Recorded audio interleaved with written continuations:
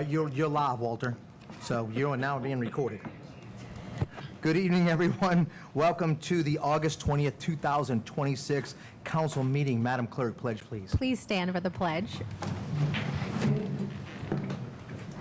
I pledge allegiance to the flag of the United States of America and to the republic for which it stands, one nation, under God, indivisible, with liberty and justice for all. Roll call. Councilman Asbill. Present. Councilman Buddy. Present. Councilman Chatelain. Present. Councilman Johnston. Present. Councilman Ricks. Present. Mayor Baudier. Present. Police Chief LaPree. Present. City Attorney Scott Stansberry. Myself, Carrie Eustace, Clerk, is present. Mayor's announcements. I'm going to forego my time so we can have time at the end for the candidates. All Before we right. get to that, council, move to amend the agenda to add new business number 6, ABO application for, what is this? The Body Shop Bar and Grill. New business number 6.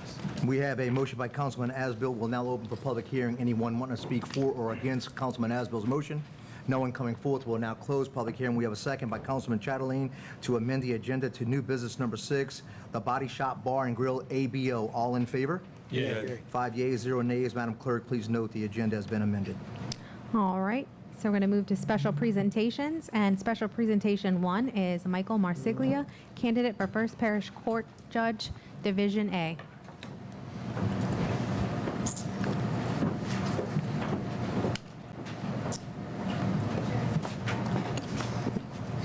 Is it on? Check. Great. Good afternoon, everybody. My name is Michael Marsiglia. I'm a candidate for Judge, First Parish Court, Division A. If you don't know where First Parish Court is, it's the court out on David Drive. There are, in fact, 2 divisions that are open for election November 3rd, Division A and Division B, and I am running for Division A. I've been an attorney for 20 years. I have been a traffic hearing officer for 11 years, presiding over 25,000 docketed matters at First Parish Court. Additionally, I was appointed by the Louisiana Supreme Court to sit Judge Pro Temp in First Parish Court. I have been an ad hoc Justice of the Peace for Judge Cusimano with the 5th Justice of the Peace over in the Yenny Building. And I've also been appointed by numerous courts to be a court-appointed mediator for the Streamlined Settlement Program. Hurricane Ida, Hurricane Laura, they devastated our area and also inundated our court system. And the courts came up with the program to go ahead and appoint attorneys to mediate these matters. It was a very successful program. I'm the proud father of 3 young boys, well now teenage boys, 18, 16, and 13 years old. And my wife and I are raising them in Jefferson Parish, along with our 3 adopted puppy dogs. So I look forward to your support, would appreciate your support come November 3rd. And if I passed out some of my materials, but if anybody has any questions at the end of the meeting, I would love to meet you. Thank you. Thank you. Thank you. And I'd like to give the opportunity to anyone running for judge or any non-Harahan running for office candidate, please come to the podium. So maybe we know your time's really valuable. The Harahan people, we're going to grill them, so. Good afternoon, everyone. I'm Jessica Rains. I am running also for First Parish Court, but Division B, not Division A like Marsiglia. So what's important about my campaign is that I've been a prosecutor there for 23 years. So in that courtroom, I've been prosecuting. I know how the court works, how it operates. I know how every department in that courtroom works, or in that courthouse works. I'm a mom of 3, also a lifelong resident of Jefferson Parish. I'm married to a fireman in Jefferson.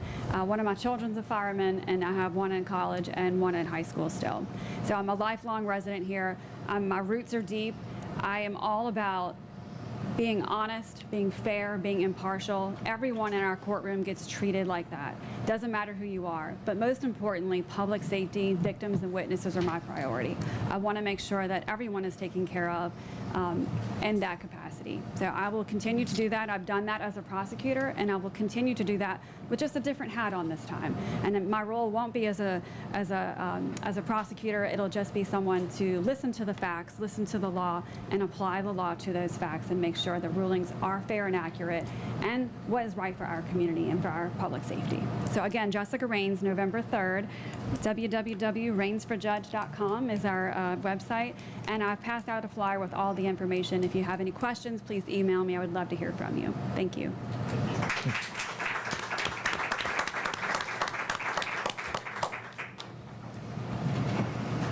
All right. waste everybody's time. How y'all doing today? Y'all doing good? Yes, Can sir. y'all hear me in the back? Can anybody here? Yeah. Anybody here tell me what a judge does? Raise your hand. We can try. Well, I know you know. Anybody else know? No, right? Hard to know what a judge does. Hard to know what a courtroom does. But what you need to know, every single one of you have a chance this November to cast a ballot and vote for a judge. I'm Marco Marjanovic. I'm also running for judge. Division F in the district court. Unlike the other two candidates here, I didn't have the privilege of being born in America. My family had to earn it. We lost everything when I was a kid in a country that doesn't exist anymore, and America took us in. And my parents said from day one, once we got here, we're going to serve this country. That's why I'm running. I'm married to my wife, Katie. I'm blessed with two beautiful kids, my daughter, Annabelle Grace, my son, Parker, 9 and 6. I've been a prosecutor pretty much my entire career. Does anybody know what a prosecutor does? Yes. Who said yes? Go ahead. Make sure that everybody's following the rules. Correct. And you present the evidence in front of a judge, and you hope a jury finds that you have enough evidence to convict a bad guy of a crime, to keep him in jail from coming back out and re-victimizing the community. I'm incredibly proud to have done that, but I've never done it alone. It's always been with policemen, deputies, officers, investigators, trial partners. That's what keeps us as a community. That is what makes you take time away from your day to sit in meetings like this because you care about your community. Am I right? Yes.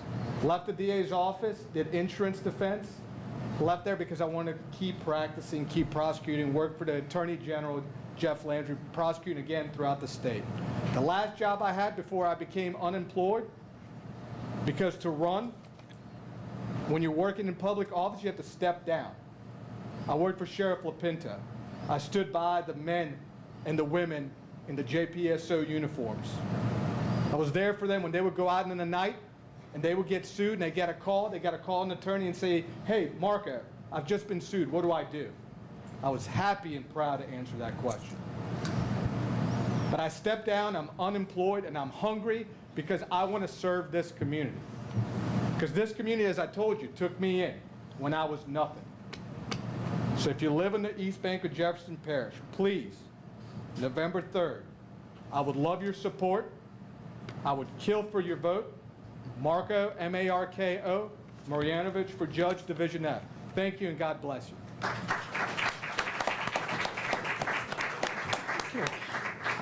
All right, Madam Clerk. I think we're skipping special presentations number 2. He couldn't make it Yes, tonight. Jason couldn't make it tonight. So we're going to move on to special presentations number 3, Heidi Bruning with Louisiana Walks for Parkinson's. Carol, is your mic on? Is your mic on? I can hardly hear you.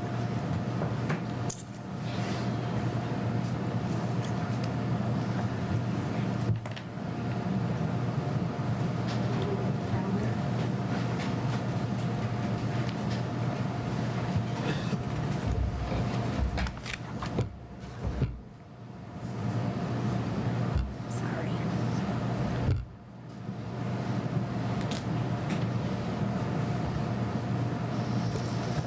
I'm a little shorter than the people that have spoken before me. Can everybody hear me okay? He's got to be a little closer. A little, It is. Speak up. Yeah, just okay. gotta speak I'm up. sorry. That's better. Yep. I would like to take this opportunity to thank the council for allowing me to speak this evening. My name is Heidi Bruning.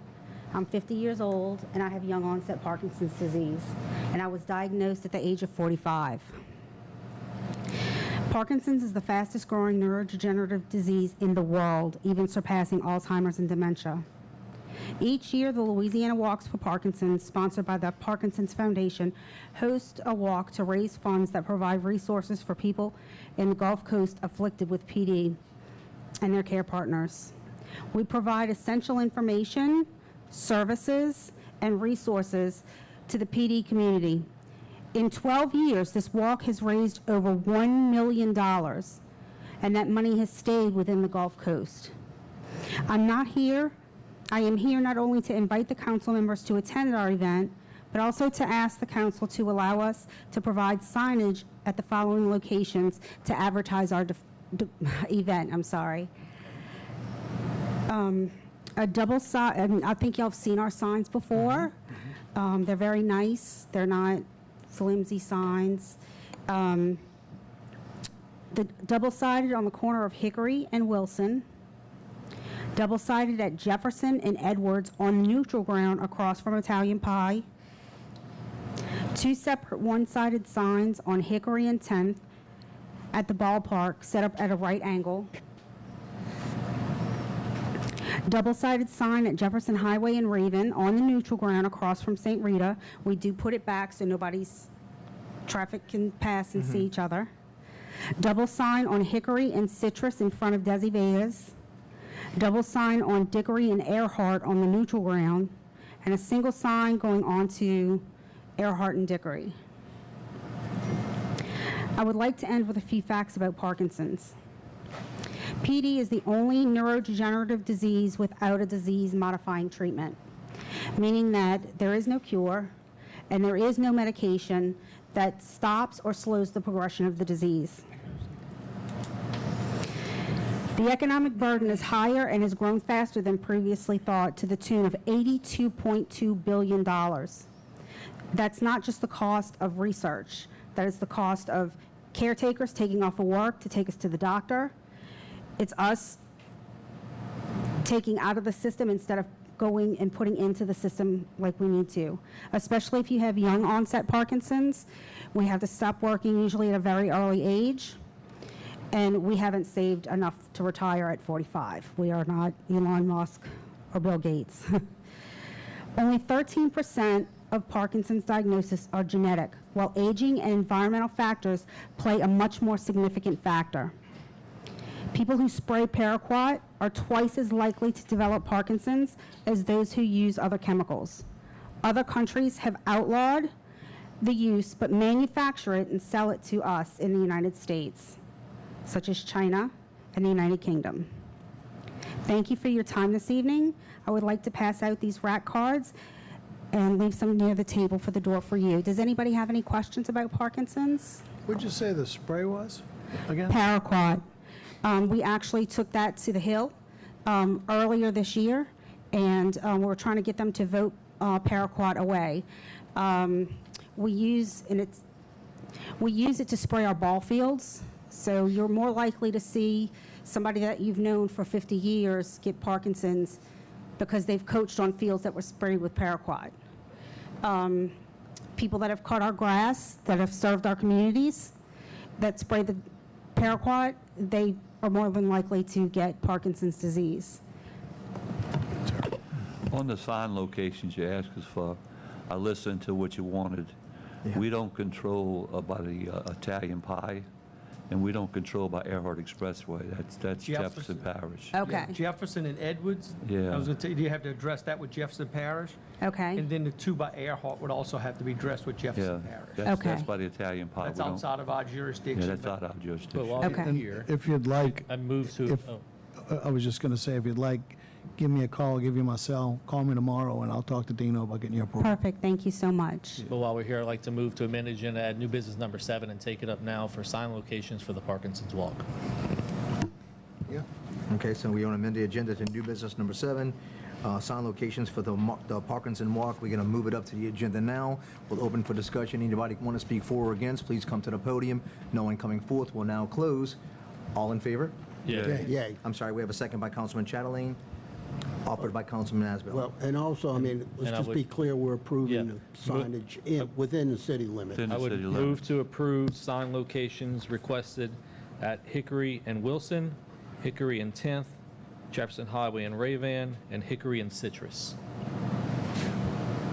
Move to Thank you very approve. much. Okay, we have a motion by Councilman Asbill to approve the sign locations as stated, open for public hearing. Anyone wanting to speak for or against? We have someone here speaking for. We'll now close public hearing. We have a second by Councilman Ricks. All in favor? Yay. 5 yeas, 0 nays. Madam Clerk, please note for the record. Thank you, gentlemen. And one other- Councilman Ricks, I'm sorry, go ahead. Yes, sir. Go ahead. One other comment. You said hickory and citrus. You didn't mean dickory and citrus, did No, you? Hickory, yeah. No, she said Dickory is the full lane. Desi Vegas, across the street from Zia's, because last year I had asked about Zia, and y'all told me to go across the street. Yeah, that is hickory. Thank you. Okay, thank I you. heard Council Rick say something, and I apologize. You talked real low. I couldn't hear what you said. Oh, Did you I say you were going to talk to Dino Banana's office? Yeah, Okay. I'll give her the contact to talk to. I'll talk to Dino and get her directly in contact with him. Thank you Thank you. for your time. Thank you. very much. Good luck. Thank you. Okay, special presentations number 4, Amanda Strebeck, Eisner Ampner with the 2025 financial statement audit results. I just have a question before we go there. We had Scythers for a special presentation. They couldn't make it to We the, passed it over. Okay. Yeah. Yep, thank you.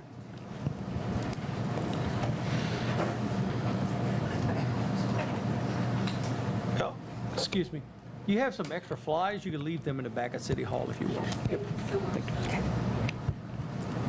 Good evening. My name is Amanda Strebeck. I'm with Eisner Amper, the CPA firm. I'm out of our Baton Rouge office, and I'm here tonight to present the results of the December 31st, 2025 audit. And so you should have a copy in front of you. I'm just going to hit some of the highlights and kind of give you an overview of the audit. The audit was due to be filed with the legislative auditor by the June 30th deadline, and that deadline was met. And so that's when we completed the procedures. And so this is our first opportunity to meet with everyone to go over that. Okay? If you'll just flip to the third page, there's not a page number on it, but it says Independent Auditor's Report. And it has the Eisner Amper logo at the top. So this is our audit opinion. This is the only part of the financial statements that belongs to Eisner Amper. The numbers and the footnotes are all responsibility of management. We are pleased to report that we've issued an unmodified opinion, which is the highest level of assurance that you could receive. So that's a clean audit opinion. Our responsibility is to provide reasonable but not absolute assurance that the financial statements are prepared in accordance with generally accepted accounting principles. So what that means is there's auditor judgment as far as what the risk areas are. There's auditor judgment in determination of materiality and sampling sizes. We are not able to test 100% of transactions due to time constraints. And so, but again, it is a clean audit opinion, which is what everyone wants to have. Yeah. If you'll turn with me to page 7, I see page 3. I'm just going to just go over some of the year-over-year highlights. And so this is the government-wide financial statements, and this is a statement of net position.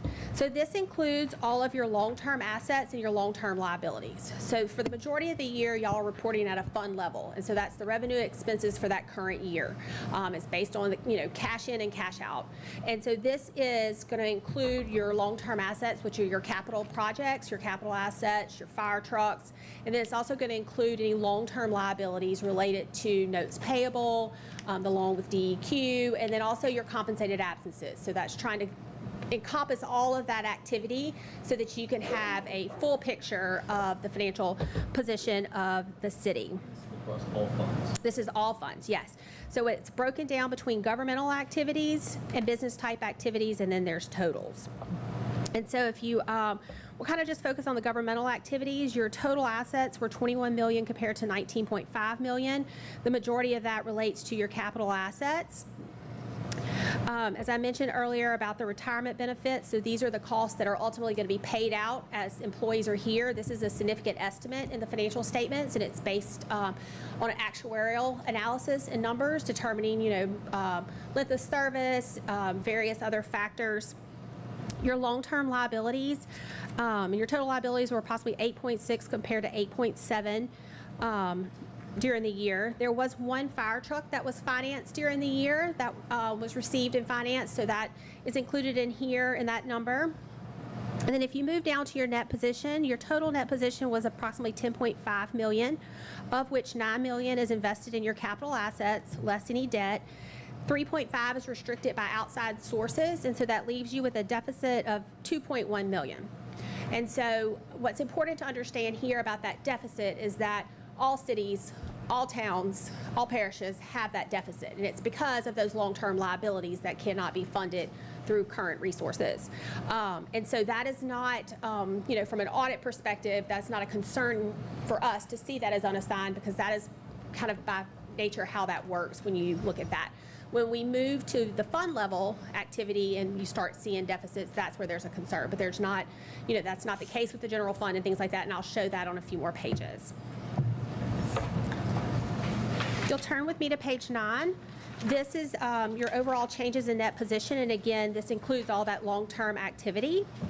So your total revenues in the governmental for 2025 were 11.6 compared to 14.9. A couple of things to point out this year. So in 2025, there were no ARPA funds. All of that closed out in the 2024 fiscal year. So that was a significant piece. And then your federal funding was lower, just due to, kind of the normal operations and things like that. And so that did not trigger a single audit this year. So when you have federal funds that exceed $1 million, you have to have a separate audit called a single audit to test for compliance. And y'all had that last year over the ARPA fund, but you did not have to have that for 2025 because you didn't meet the threshold.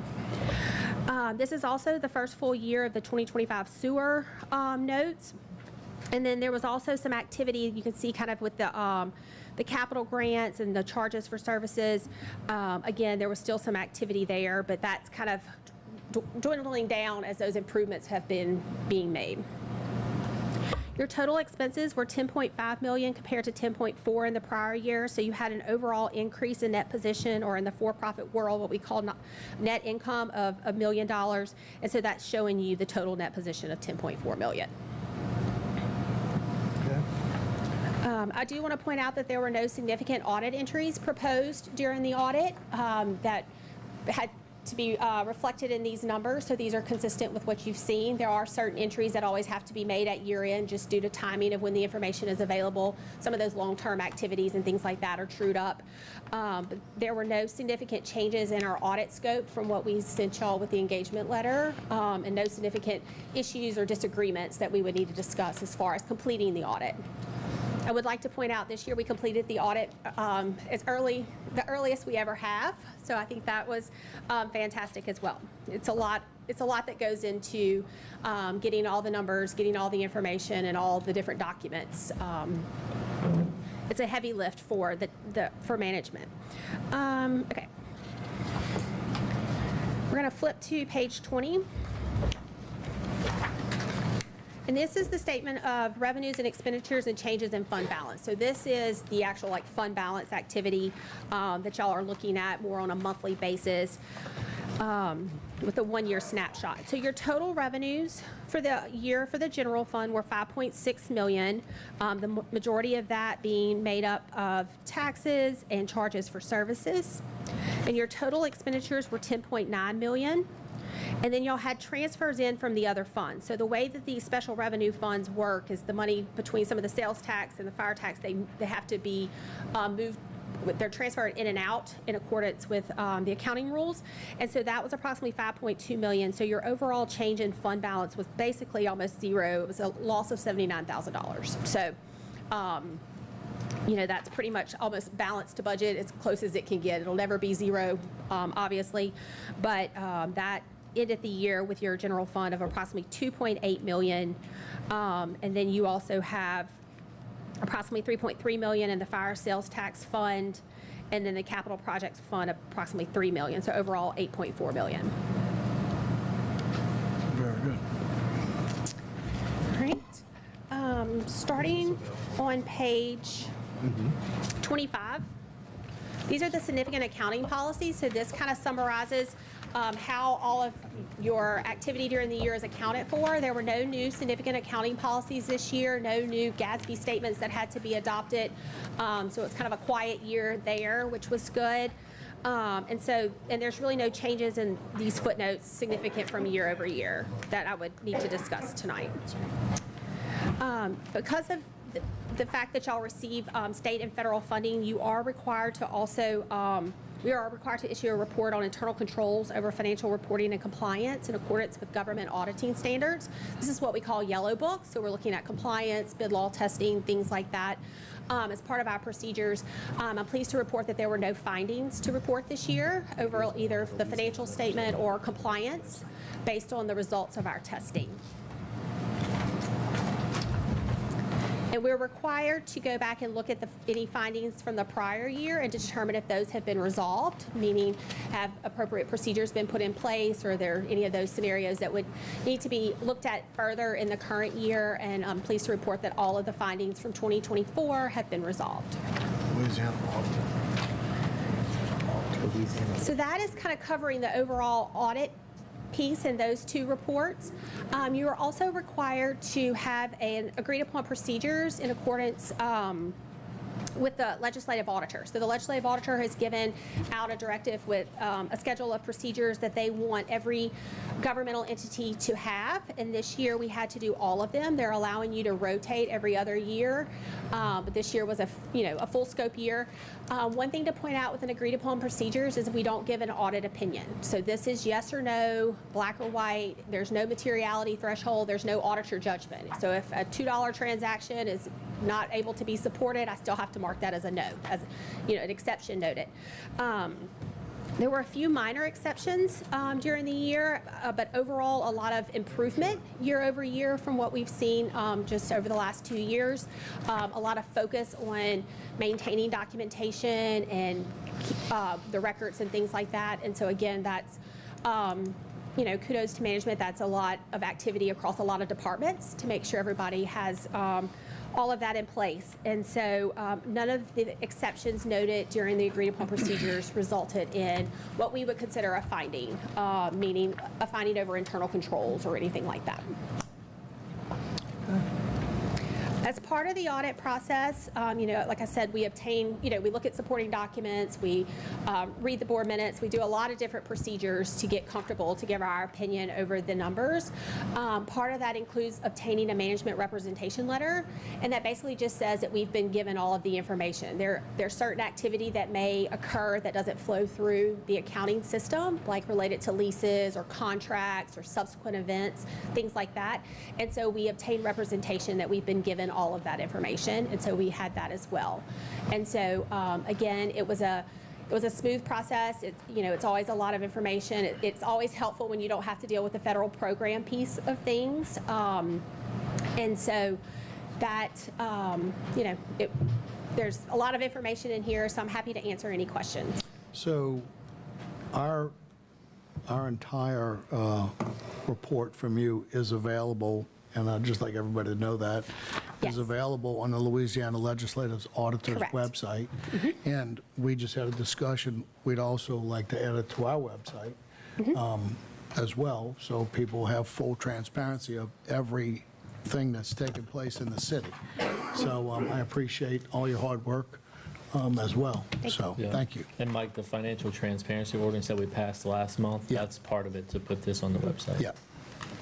I do have a couple of questions. Of course. On the audit report, on page 18, the FEMA fund. Yes. And I know Todd tried to explain this for me, our finance director, and it didn't sink in, but the FEMA fund is showing a total fund balance, a negative of $925,000. Yes. This is the year ending in December. The audit report came out 2 months ago, 2.5 months ago. And we're in the process tonight of proposing an ordinance to write down that net FEMA asset by $1,300,000. Okay. I would have expected in this audit report a reserve for that, for uncollectible monies from FEMA, because that's what that is. This is money we spent, we carried it on our books like it was going to be recovered, kind of like an account receivable. And here we are, just 2 months after the issuance of the report, we're writing the fund balance down. So I know there's some explanation, so I'd like you to just kind of address that. Absolutely. So we talked a lot about the FEMA funds. FEMA is very slow to provide reimbursement. It's a very lengthy process. It can take, several years. I have clients that recently got a check from Gustav, like just randomly. I understand, y'all have been working through the FEMA balance. And so the conversations that we had in June prior to issuance were related to the fact that the project worksheets were still actively being worked and that there had been some subsequent collections after year end. And so from an audit perspective, when we looked at that balance, there was still activity. There's still a chance of collectability. Again, FEMA doesn't follow the traditional AR 90 days collectability. If it's over 90 days, then you need to start reserving for it. There is disclosure in the statements that says that if for some reason FEMA does not provide reimbursement, that has to be covered by the general fund. So it is disclosed in there. It is discussed the fact that there is a deficit, but at June 30th, when we were looking at the numbers, we didn't really have indicators to say that exactly how much needed to be written off. All right, and a couple of other that have to do with the supplemental report. Sure. The statewide agreed procedures. On Schedule A, on page 4, it discusses some reports that the council should have received last year. It's A2, Roman numeral 4. About the findings? Yeah, let me find my notes on that. I think Yes. they're here. Let me go to them. Oh, here it is. There it is. So, I'm sorry. That's page 10. Yeah, I'm sorry. On the first one I'm discussing is on page 4. Okay. A2. Yes. 4. And I believe the council was supposed to receive some reports. So what this procedure is asking is that if an entity has findings that are presented, that the council receive frequent updates on whether those have been resolved. And so these were presented to y'all in August of 2025. We didn't see where they were re-presented to say that they were resolved, like an official documentation in the minutes. And so, again, I'm sure these were discussed and policies and procedures were put into place because we can see that they've been corrected. But as far as a paper trail of that in the board minutes, we did not see that. And so with this agreed upon procedures, again, it has to just be factual. This is what we saw. And so. From whom should those updates be coming from? The management? Yes. Administration? Yes. Okay. With obviously the help of the staff and finance team and all that, yeah. And so when you have federal findings, just, a side note with federal findings, you're required to assign a person that's responsible for them in your corrective action plan with a date when you expect those to be completed. So that was included in your findings last year. That is required. It's just as far as formalizing that conversation in your board minutes. So everything was resolved satisfactorily? Correct. Yeah, we just have to formalize it, not board members. Okay, all right.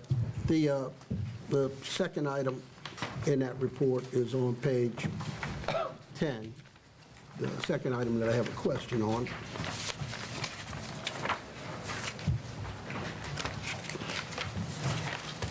At the bottom of the page, 8A, small Roman numeral I. I'll make a general comment. Harahan unfortunately recently made the news regarding certain contract and procedures. And your note here at the bottom of the page, of the 5 contracts selected, none were subject to Louisiana bid law. So I have a couple of questions in that regard. Did any of those selected cover the senior center? And you may not know that off the top of your head. I don't have a list of the specific ones, but so we get a complete listing of all of your contracts and we judgmentally select 5. So they may or may not be subject to bid law. But we do a separate test of bid law for procurement purposes, and that was also part of the follow-up to the finding from the prior year. And we also were aware of the press activity. And so we did some additional procedures so that we could make sure that bid law was being followed. Which was my second question. Yes, so we Did you did some do any additional testing, but it's procedures? not necessarily included in this specific step, but it is in our audit procedures. So y'all did additional procedures and Correct. everything? There were no was proper. exceptions noted in No our testing exceptions. to report. Very good news. Thank you. Yes. And I think I have one more question on the report on page 13.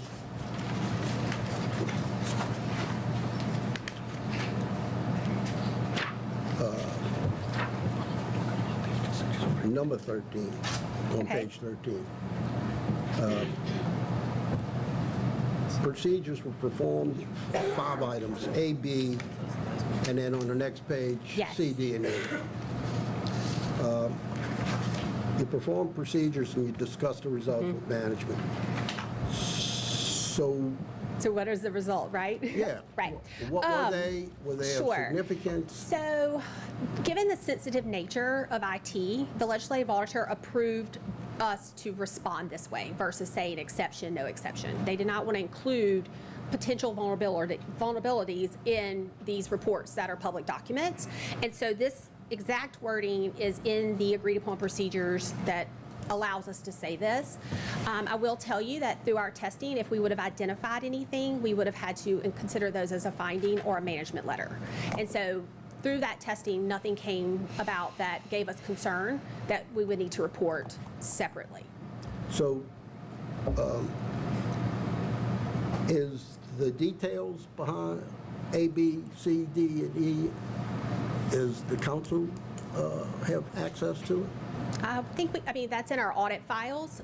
We could, I think we could I'd like to see Yeah, it. I think we could share that. We don't include any details in these reports of what we specifically review. I understand. But yes, of course. Yeah, I mean, we look a lot at IT as far as access and terminations and things like that, just to ensure that, the right people have access to the right systems and can, like who's posting journal entries and things like that. Yeah, so how can we go about the council getting access to the details behind it? I can work on that tomorrow and be in touch. Yeah, I mean, it's not urgent, Sure. but I'd like to, Yes, like to get yes, I can give you some more insight into exactly what we're looking for, what we request, and things like that. Okay, perfect. Yes. Thank you very much. Of course. That was everything I had. I appreciate it, and it Yes. sounds like it was overall very good news, Yes. which is good news. Yes, Thank you. of course. Thank you all. And to the finance staff, thank you guys too Yeah, for all your great hard job. work. Yep. Yes. And if It's you, many within the city, it's not just yes, finance. Well, yeah.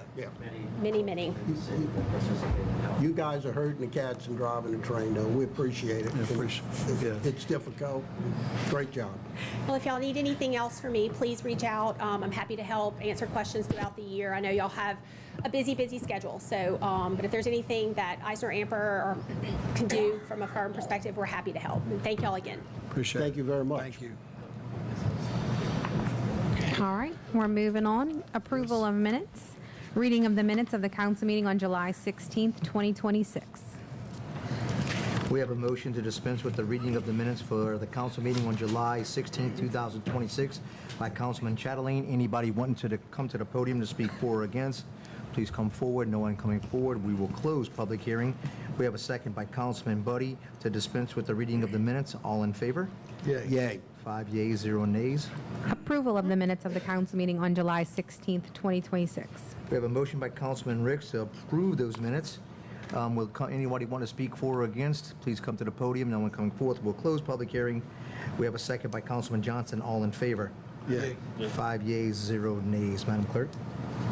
Communications, reading of the minutes of the Planning and Zoning meeting on August 5th, 2026. We have a motion to dispense with the reading of the minutes for the Planning and Zoning meeting on August 5th, 2026 by Councilman Buddy. We'll open for public hearing.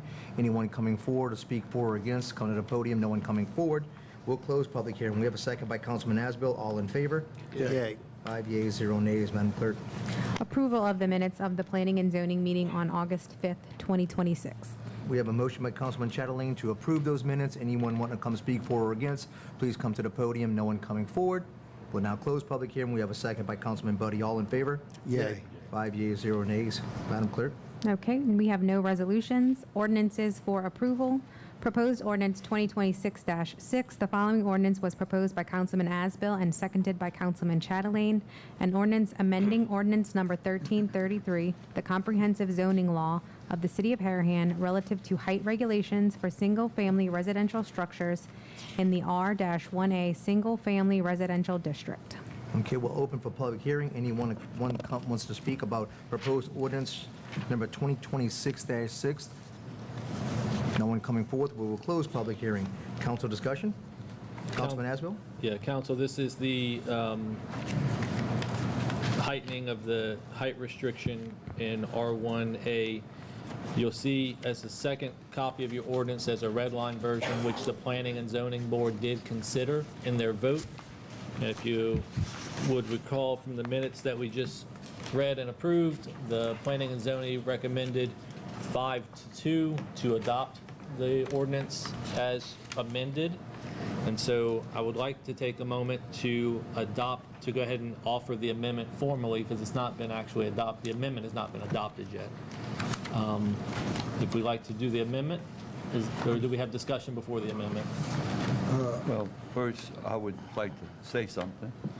I'm against this, totally against 45 feet. I think it's ridiculous that we're going to put 45-foot, and that's just the side of the building. It's not to the level, it's just to the cross, and you could probably go another 10-foot high with the peak of the house.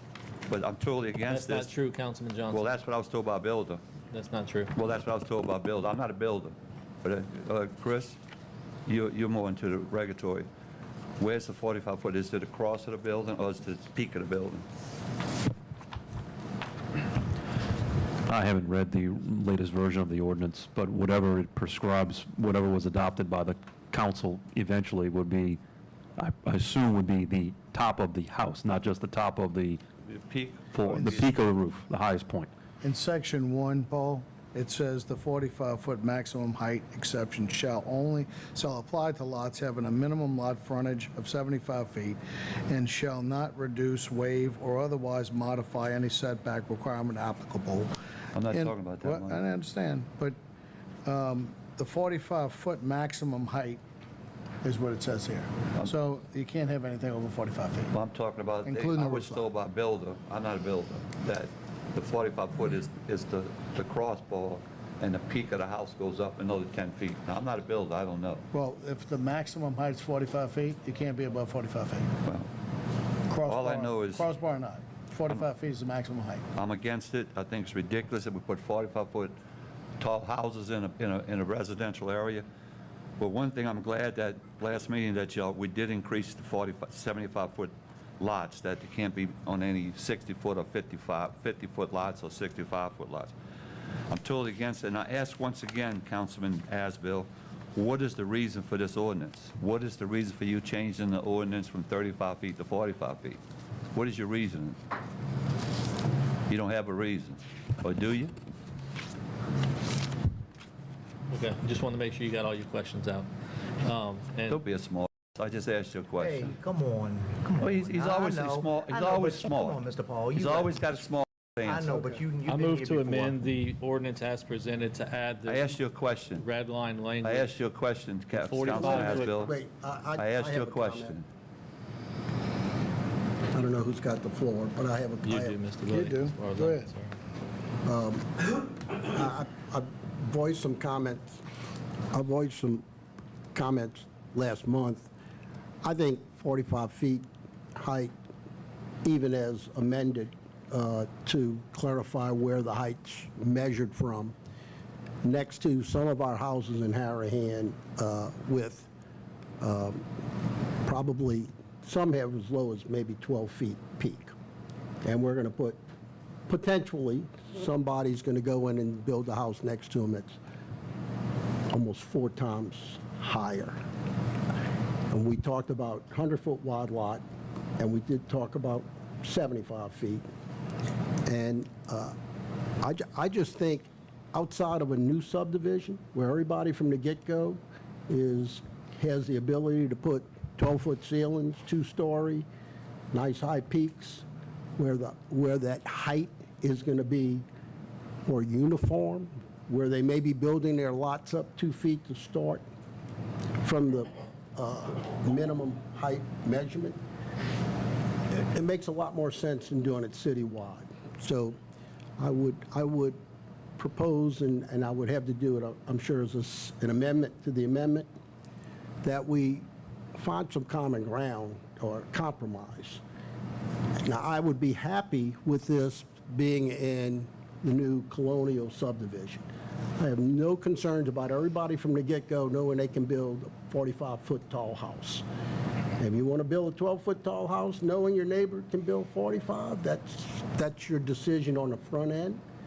But I just think stealing the daylight and the sky, the view from many of our houses have, I mean, they're short in height. Yeah. I think it's too high, so I'd like us to consider, and I'll propose an amendment to an amendment that we make this for colonial, the definition within the 84 acres as it's developed.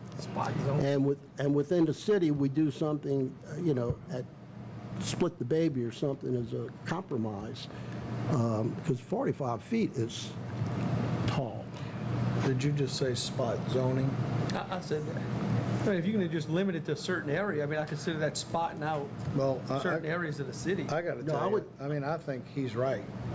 So what I'm saying is, I don't disagree. I think, I'm not sure how spot zoning reads, but, if I was in a, one-story house, I wouldn't want a 45-foot house being built next to me.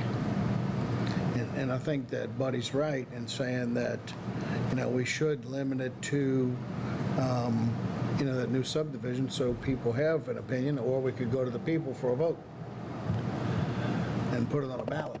Basically, they've spot zoned already because the last administration, I was told, I was corrected by my good friend Councilman Asbill, that the houses on the levee, you can go 45 or whatever it is higher because the people want to look over the levee to see the view. Y'all gave the exception to them. And I said this, as Councilman Buddy said, I said this 2 meetings ago. I have no problem if y'all want to have colonial estates to go 45 feet with the new subdivision they're building. That's fine. But I think it's terrible to build a 45-foot high house in an existing neighborhood. And that's totally ridiculous. That's my personal opinion. But I still want to know, what is the reason for you wanting to put this forward? So where would you limit it? If you say we're going to limit it to go to a certain area, how would you draw a line on what you're going to limit to allow it to happen and where you're not going to allow it to happen? already got it. So if you allow, you just said you want to allow it maybe to colonial development. So if you're going to allow a 45-foot house to go up against Glenwood, the people in Glenwood are going to be offended because it's a 45-foot house next to theirs. Yeah, but that's not true because, you have the back of those houses face, Have a canal. you got the water or whatever, the service got more of a alley setback. there.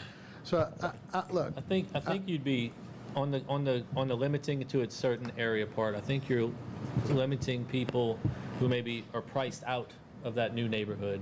Well, they don't all have to build 45 feet high, listen, but you give them the opportunity to build 45 feet high. look, But you got, I'm sorry, go ahead. I was just saying that, I'm in agreement with, and I keep saying it, we're not going to have skyscrapers on Oak Street or on, Resor. You're not going to have a one-story house with a 45-foot house next to it. There's no 75-foot lot that I'm aware of on those streets, which is a consideration. But I think before we pass this, I think that there needs to be some input from the citizens. I really believe that. So to that, I would say there has been input at the planning and zoning level. No. But I'm Just saying. Wait a minute, if- Councilman Asbill is Guys, speaking. I've tried to speak 3 times now. Yeah. I appreciate it. So this has been advertised now 4 times for 4 different meetings. 3 of our meetings, actually 5 times, and 2 planning and zoning meetings. That is input, whether we believe it or not. And I would disagree with putting something on the ballot. You can't put every single measure of a change on a ballot. It wouldn't be practical. This is not something that we would put on a ballot. It's something that the city council decides. And if you reject it, then we reject it, and that's what it is. I would say that limiting it to a certain area, again, is unnecessarily limiting it. For example, like Councilman Rick said on Oak Street, there are very few 75-foot lots. So this would not be allowed on Oak Street or in many neighborhoods. Right. So that is already limited it. I'm in favor of this because I do want bigger homes to be built in Harahan, wherever they may be, because it increases our tax base and it provides property value increases across the board. So that's why I'm in favor of it, and that's why I'm doing it. Well, Okay. then I would ask, and I think that we could all agree on this, I would ask to defer this and have a map of every lot in the 75-foot frontage in Harahan, so we can make a good determination. No problem with that. I think that would be fair. And the people need to know which streets and who is eligible to have the 75-foot lots. Well, and you can have the same case where someone wants to buy 2 50-foot lots, tear the house down, and then they have an opportunity to build a 45-foot. I think we should I have. think the average person's not going to build a 45-foot high house. But what Well, I'm why saying- do it if the average person's not going to? But what I'm saying is, I think if we're pushing something like this for larger homes, I think it would do us all a great justice to, have that study of 75-foot frontage. I don't think that's a great deal of homework, and I think that we could make some determinations on that. Mr. Marino, you think do we have a map representing the lot sizes citywide in Harahan? You should. Currently, we do not have a comprehensive map that we could identify every single lot that was 75 or bigger, to my knowledge. You have a zoning map, don't you, with all the R1s, R2s, and all that, don't you? Correct, but it doesn't give us detailed Doesn't give you the survey. size of the lot? It does not give us detailed survey data. Okay. Some of them lots are listed as 325s. Well, they all, yeah, Yeah. you're right, you're 100% right. So I'm saying it'd be a little tough, but I mean, I think it's 100% something right. that's doable. That's right. Yeah, I think it's something very doable. Is it something that's doable in a couple of months, by October? Because I'm not looking to push this on until the next council. If I'm going to own this, if I'm going to own it, so I'd like to get it done before I leave, whether we accept it or reject it. Well, I think we need to do a study. And I'd be willing to go with it if we did a study. And a couple of comments. One is value of houses generally determined by square footage living area. Now, height, if you got 12 or 14-foot ceilings, you're building a, New Orleans traditional 14-foot ceiling house. You could get to 45 feet with a 2-story house and a peaked roof. And that would probably add value. But again, that kind of house is probably Yeah. going to be built in colonial subdivision. Yeah, look, I'll point out again some of the specifics of this ordinance. No habitable area can be built above the current 35 feet. That's in the ordinance. So you could definitely get there with 2 stories, building a traditional home. Yeah, I mean, that's current. I would prefer people build up rather than expand on their lot and take up more ground space with concrete. I don't. And again, the 45-foot, as read, is the tippy top of the building. So Councilman Asbill, I'm sorry, I don't know if you were finished. No, that's it. I'm sorry. I would be more predisposed to this on a 100-foot minimum with a 20-foot setback. Something like that, to where you're just not taking over the whole skyline. It would be an easier sell for me. Right, but then you're necessarily limiting it to the current development, right? I mean, you're doing the same thing, No, just on the lot because size. most of the lots in Harahan, most of the new construction I'm seeing is 100-foot lots that have been subdivided. It seems like that's almost the majority that I've seen. Yeah. Probably not, probably just what I've seen. But it's again, it's a it's a daylight, it's a sunlight, it's a sky issue that if I've been living in my house for, and I have been for 40 years, but if I had a house with a low peak, single-story, 8-foot ceiling, and a low peak in a 12-foot house, I would be personally really upset if you built a 45-foot tall house next to me. And somebody will do it because they'll think that's what they want and they're allowed, they'll do it. So if there's any other, while we're thinking about it, we defer it. If there's any other way to get something to reduce the angle of the skyline that we're obstructing, can't say stealing, you're obstructing it from the next door neighbor, the existing house, that would be a water lot, or compromise on the increase, and I could get more comfortable voting for it. But as it stands, I just wouldn't want it to happen to me, and that's how I tend to vote. I look at it, if it were me, how would I feel? So, and not to belittle your argument, because they're all valid points. It's just, I have to look at it, and I will look at it like, well, what if it was me living in that house and I'd been there for 40 years, peaceably enjoying a sky, and now I'm not going to have it.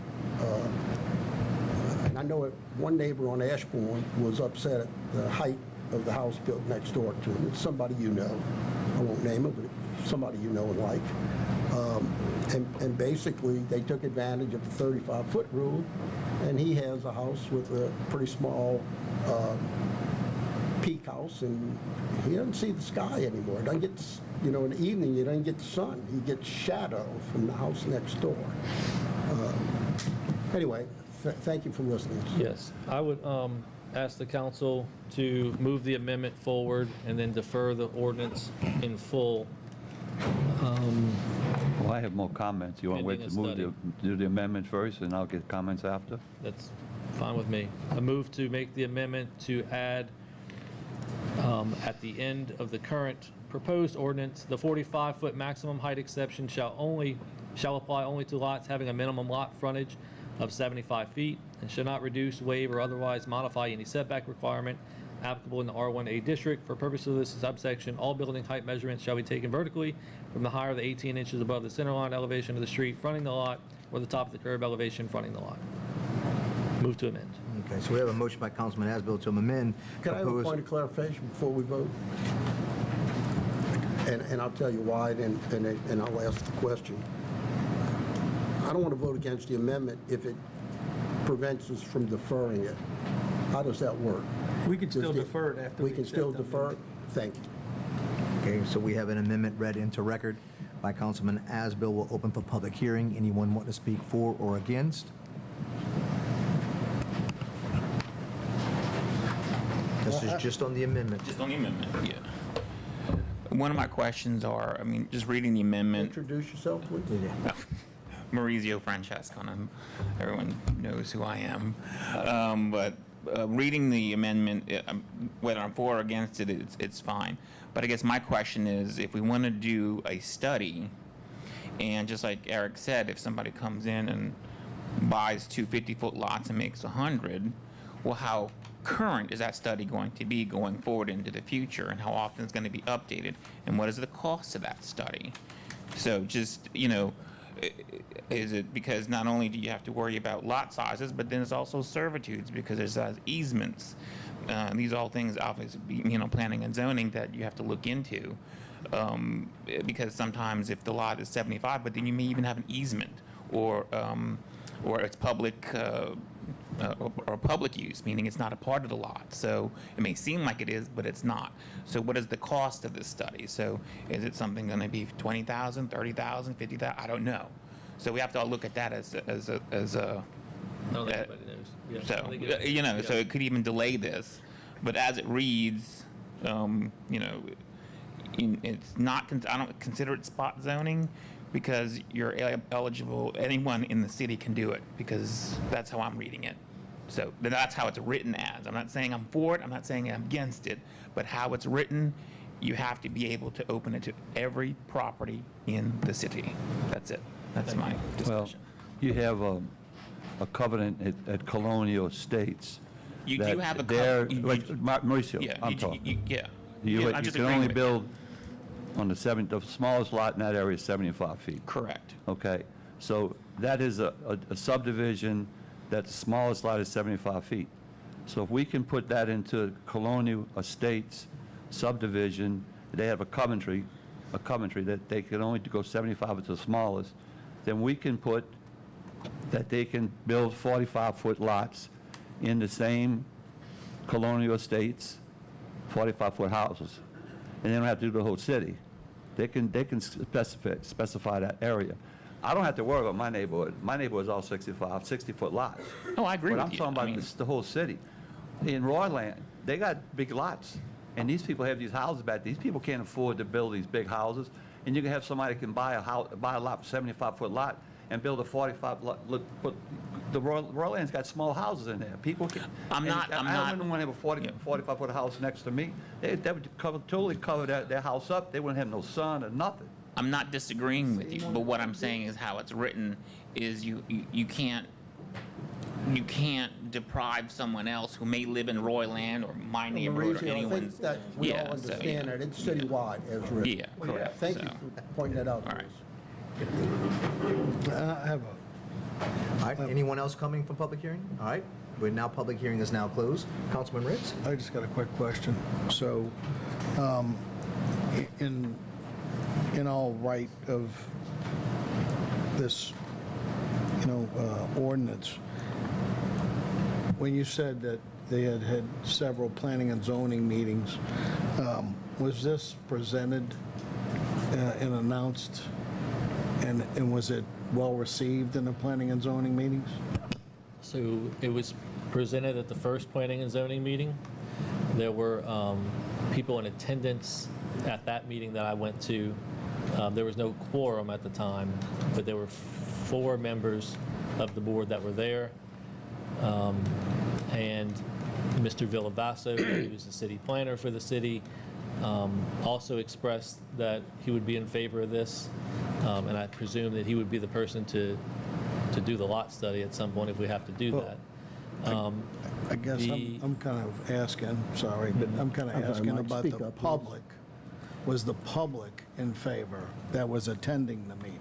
So the second meeting for the planning and zoning, I was not at. I had a scheduling conflict and could not go to that. I don't think that anyone, after listening to the recording, I don't think that anyone got up and spoke either way, if anyone was there. Well, it was my fault. I was neglected, forgot the meeting, and when I remembered it, I ran over here, and it was 7:15 when I got here, because I would have spoke against it. And when I got here at 7:15, the meeting was already over. And planning and zoning, We understand your opposition, Mr. who's, Well, I you're on told him I was planning and against it. zoning? Who's on planning and zoning? Can you come up and kind of elaborate on that, what the public's opinion was, if any? Hi, Linda Domingue on the Planning and Zoning Board. When we did, the last meeting that we had, we did explain it all and to the public. We opened the floor and no one came up. No one had any issues with it. Okay. Then we closed and then we spoke amongst ourselves. We agreed. It was voted on. That's what we did. But no one was against it, no one. And even at the meeting when Councilman Asbill was there, no one had any concerns. Okay. How many people were there? Which one? This last meeting? At the first meeting? Yeah. Probably 12 or 13. What else you had on the agenda that day? The The master Why plan. was it deferred during the first meeting? There was no quorum. No We didn't have quorum. enough quorum. Didn't have enough Okay, people. so there was only 2 planning and zoning board meetings, the first one with no quorum, and then this last, the one we just read the minutes to? Correct. Thank you. You're welcome. I think I came. Linda, didn't I come to the meeting, but I came late? Yes, sir. Yeah, I thought I did, yeah. They had other stuff on the agenda. Yeah. Because we didn't discuss the master plan because Steve wasn't there, so it was a fast meeting. Right. Yes, sir. Thank you. Can I ask the people in this room, am I allowed to do that? I mean, they had the opportunity to get up and speak. To get up and speak. No, I just wanted to ask by show of hands, if anybody had a problem with it. No, I wouldn't do that. Can I just ask, does anybody in this room have a problem with what we're talking about? By show of hands? You two? You do? 4? 5? Not necessarily a problem, concerns. Okay, that's fine. I'd like to give everybody- Have we discussed it with the fire department? Have they done a study on a 45? Have you talked to Todd about this?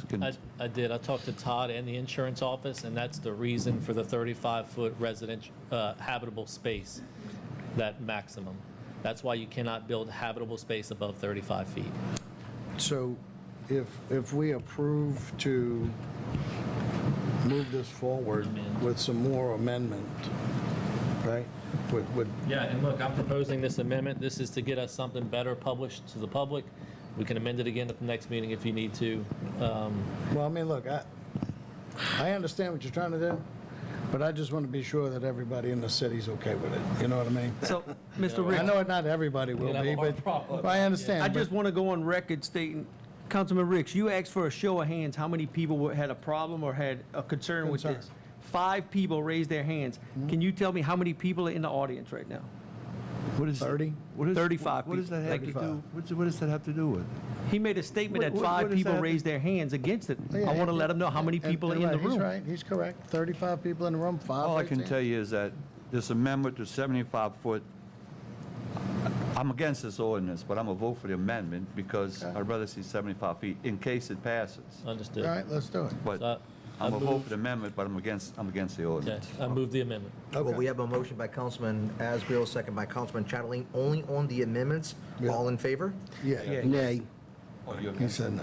75 feet? 4 yeas, 1 nay. Well, I'm going to go with Tommy Buddy. No, you Stick to can't my change buddy. your mind. All right, Madam Clerk, 4 yeas, 1 nay. Amendment passes, so ordinance amended. I would move to defer the ordinance to the regularly scheduled October meeting, so that there can be some lot study done. And I would,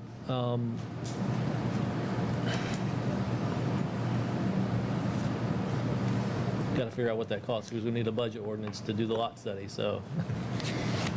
Okay, so we have a motion by Councilman Asbill. We'll open for public hearing. Anyone has a problem with moving this ordinance to the October meeting, please come forward.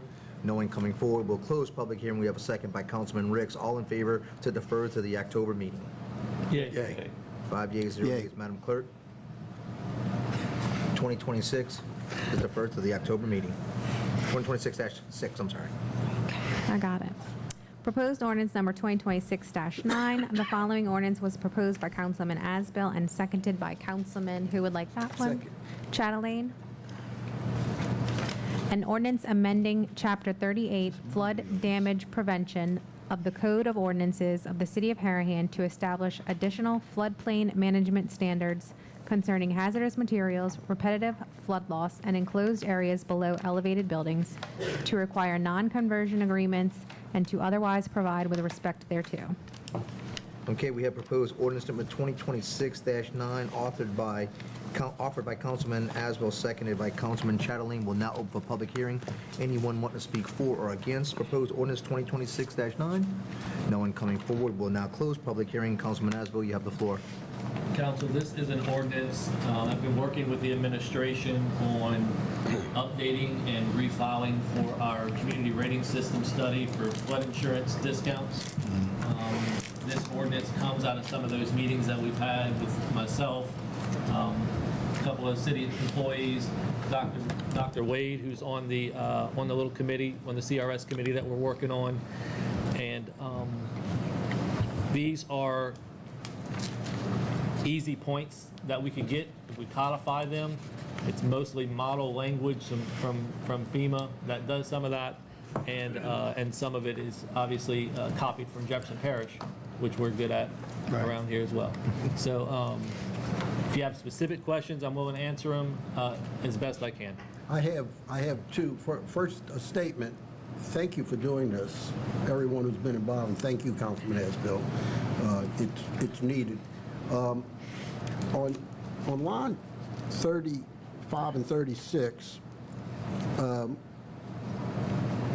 We say the manufacture, processing, treatment, and disposal of bulk storage of hazardous materials is prohibited within an area of special flood hazard risk. And then in B, we do some exceptions. And I'm gonna put a question to you as an attorney and a contract specialist. Should paragraph A say, except as provided in B? Because the exceptions are all in B. It almost seems now like it's two different topics, but B is the exceptions to A, correct? Is that?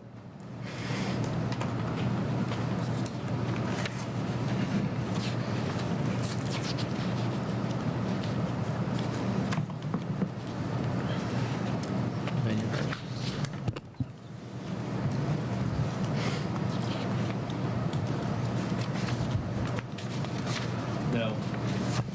No, I think A and B are separate sections. Well, I'm going to defer to your Yes, sir. your hat, your attorney hat. Thank you. And the only other one is a general question. On line 10, paragraph 11 on line 101, it talks about obligations of our floodplain administrator. Do we have an assigned floodplain administrator? Or is it a position we have to create? We have an assigned floodplain administrator. Thank you. Who is that? Who is that? Do you recall? Do you remember who else? No? Can we get the info? Yeah. Okay. Again, thank you for putting this together. Yes, sir. Much appreciated. Thank you. Okay, we'll call for the vote. All in favor? Yay. Yay. 5 yeas, 0 nays. Madam Clerk, ordinances for introduction. Ordinances for introduction. The following ordinance was proposed by Councilman Asbill. Proposed ordinance number 2026-10, an ordinance authorizing the reconciliation, transfer, reclassification, and adjustment of certain city funds, interfund balances, capital matching funds, and uncollected receivables, committing fund balances to project matching funds, providing for the accurate presentation of the city's financial position, and providing for related matters. Point of personal privilege, counsel, if you may, and I know it's out of order that we normally do not discuss ordinances for introduction, but as you can see, you might have a copy in your packet that has draft written across it. Yeah. That was truly a draft. I sent the wrong copy to the clerk. And so I have the correct ordinance here, and I've redlined what is different from the one that you have in your packet. That's that. And I would like that to be published for consideration at the next meeting. Okay.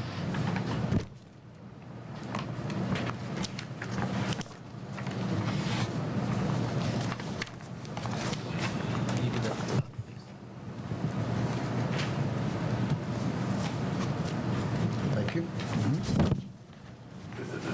And if we could publish that on the website, There's an extra. if we could publish that on the website in place of the other one, Here's another. Madam Clerk. So we won't be discussing this tonight? No, it's first reading. Well, First reading? we normally don't discuss football, I mean, as a general rule, but I see no harm in discussing it, particularly for the councilmen who haven't been a party to the drafting. Yeah, so- I'll take your lead on it, Councilman Astor. Yeah, I'll just make a brief statement about it. So the goal of this ordinance is to provide a clean set of books for the incoming council and balance out some of the surpluses that we have and make sure all of those capital project matches that we have from the state money that this administration, this council has been so good at going to get, but that those are committed before we leave as a council, so that this next council doesn't think they have $6 million of surplus funds. We commit them to the matches to make sure they stay in place and aren't wasted. And Mr. Butt, I'm happy to let you add something, but Yeah, and it also, we talked about it briefly, touched on the FEMA fund. The city had a substantial amount of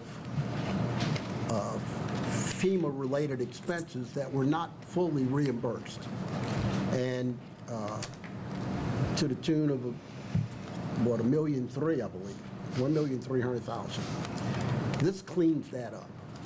So the purpose is, again, using a surplus accumulated in the last 8 years, balancing out and correcting the FEMA fund so it's the asset remaining on the books is reasonably collectible.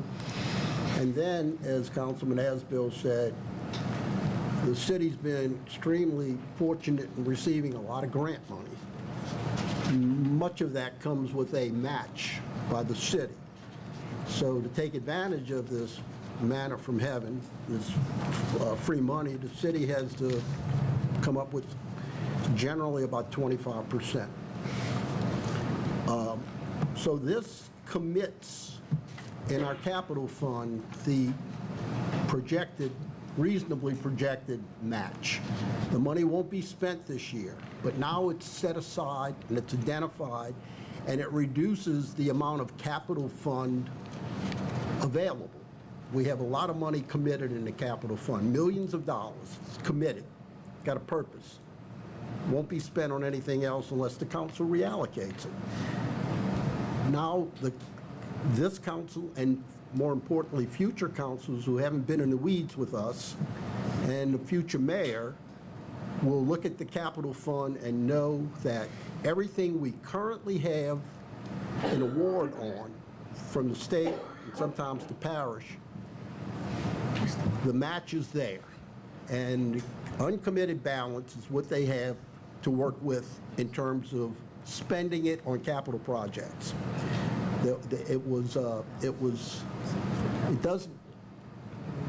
That in and of itself doesn't change the capital fund, although we did add money to the capital fund. But it just cleans it up.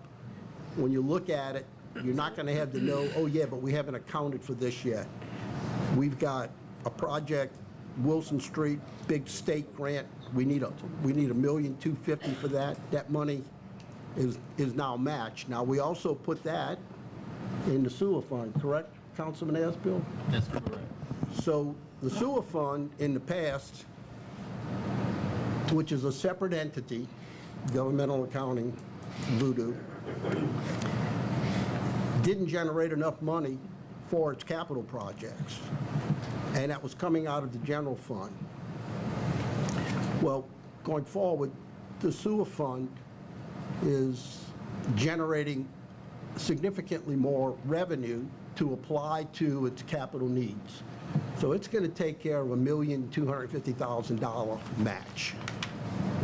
The city's going to pick up in excess of $3,700,000 from the state, money that we don't have to pay as taxpayers of Harahan, and the city's going to match that $1,250,000. But so it makes the monies available in the proper place. The next council, the next mayor's got a clean, easily understood set of financial statements. A lot of work went into this. Again, our finance director, we have another consultant that advises the city that's put a lot of time into this, Walter Olaf, and staff, and so it gets it to where it's going to be a little bit easier to understand, and it definitely makes more sense. So, Mr. Buddy, just to be clear, we're still leaving approximately $600,000 in capital fund. You're also going to have probably another $400,000 coming in from video poker next year. So it's not like we're leaving the next administration with no money in capital fund. And you take this capital fund, and you take that and you apply that to your grants and stuff and use this for your match, and you could get a lot more bang for your buck. Yeah, and that's 100% correct. I think right now, on an annual basis, our capital fund has a source of replenishment, a renewing source of about $650,000. And that's all of the city's revenue from gaming is by previous ordinance many years ago. I don't know, it might be 20 years ago, Paul, when you were a councilman, committed to capital projects. And it's currently in a neighborhood, it's running around $425,000 a year. The city has also been allocating interest income to the capital fund.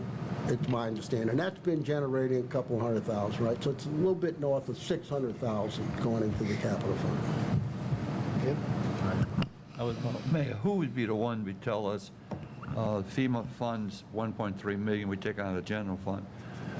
Who would be the one to tell us how much of this FEMA negative do we possibly may get? I know FEMA takes, I mean, I was collecting, I think you collected a check from Just got Katrina. Katrina money. just You got know, Katrina so I check. mean, 18 months this is ago. money we Councilman could be Johnson? getting years. How much is possibly we may get back from Councilman them? Johnson. Yeah, I know good question. Todd is here to specifically present on the FEMA fund tonight, a little later on, so we'll get that answer. Okay, well, I know Yeah. I know this number's high, and we're going to get some of that money back. So, It's not all written off the top. There is a balance that we expected. I would, let's move on. Ready? Okay, so we're going to go to old business. Old business, we have Planning and Zoning Board nominees. The current nominees are Lionel Hotard and Jimmy Dudenhofer. Yeah, why not? Just nominate him. Get him on the agenda. No, he's out. I would, you guys, I nominated Mr. Jimmy Dudenhofer. I know he's a hard worker. I know he loves this community, and I know he'll show up to meetings and put in the effort to make sure that that he understands the issues that are presented at the Planning and Zoning Board, and I would not move that nomination. Jane, do we have to open that public hearing? Mr. Jimmy, would you like to speak for a few minutes? Yeah, come on up.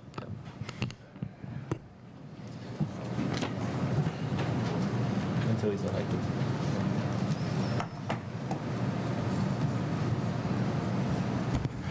Good evening. I'm Jimmy Dudenhofer, 7508 Stoneleigh Drive in Harahan. I've had my own construction company for the last 32 years. I have 45 years experience. I am familiar with what is allowed, what's not allowed, what should be allowed, and what definitely should not be allowed. I think I'm a good fit for the board. I'm easy to get along with. I appreciate you volunteering to serve. We need more of that in the city, so thank you. I know that the council knows me, Mauricio knows me, but I'm committed. I've been committed to the playground. If there's a meeting, I show up. Yep. Thank you. All right, thank you. Thank you, Jimmy. I would move to approve. So just Second. approving him then? What about your nomination? Oh, we're gonna approve him, then I'll talk about Lionel. Or we're going to vote on Are one. we gonna approve him or not approve him? We're going to vote. We're gonna vote on Jimmy first, then we'll talk that discussion. All right, Okay, so a motion by Councilman Asbill, Make second by make a few Councilman comments Chatterley. about the vote before we take it. I've been knowing Mr. Dudenhoff for quite a few years, and I know Mr. Dudenhoff is very active at the playground. I know he does a lot for the playground. I think he's a part of Harahan Athletic Association. He does a lot of volunteer work for the fire department too.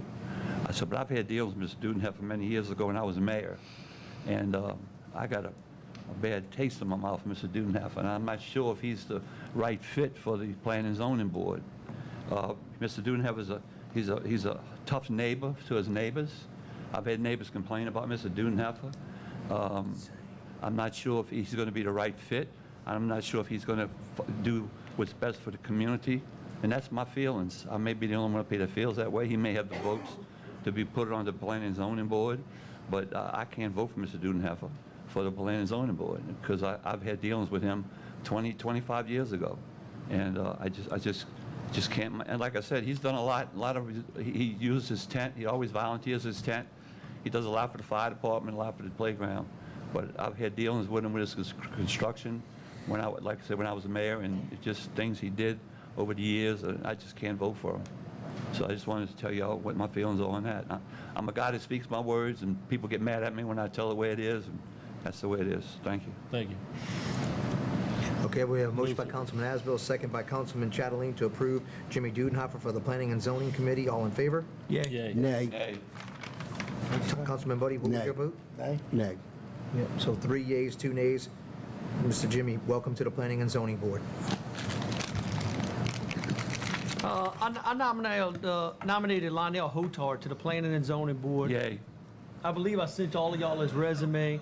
I mean, I know he signed up, he's running for council. So I didn't know if the council rather wait until after this council race, or do we want to appoint him now? Be honest with you, he signed up to run for city council, and the next morning he left to go to Alaska, and he's still not back yet. So he'll be back tomorrow, so if we want to just defer this till next month's meeting and get an opinion on it from him, or do we want to wait till after the council race? I would, And decide on that part there, but I mean, he did agree to get on the board, but I would, Do we have another spot? we do, we have, yeah, we do. I would propose that we vote on it, and if he's approved, and at least he'll start serving in that capacity. Yeah. And then if he has to resign, if he's elected, he would Right. resign if he's I elected. think Linda's on a board. If she wins, she's going to have to resign. So Right. let's put him on it too. So my comment was, I just met the gentleman, I've read his resume, I think he's certainly qualified. My question was, because of what you raised, Councilman Chatelain, should we defer it for a month? If we're going to vote on it tonight, not defer it, I'm going to vote to approve. I would also be happy with voting to defer, but I'd like to make a motion to vote on it. make your motion, sir. Okay, so we have a motion by Councilman Chatelain, second by Councilman Riggs. We'll open for public hearing. Anyone want to speak for or against Mr. Lionel? No one coming forward. We'll close public hearing. All in favor on nominating Lionel Hotard to the Planning and Zoning meeting? Yeah. Yeah. Yay. 5 yeas, 0 nays. Welcome to the Planning and Zoning, Mr. Lionel.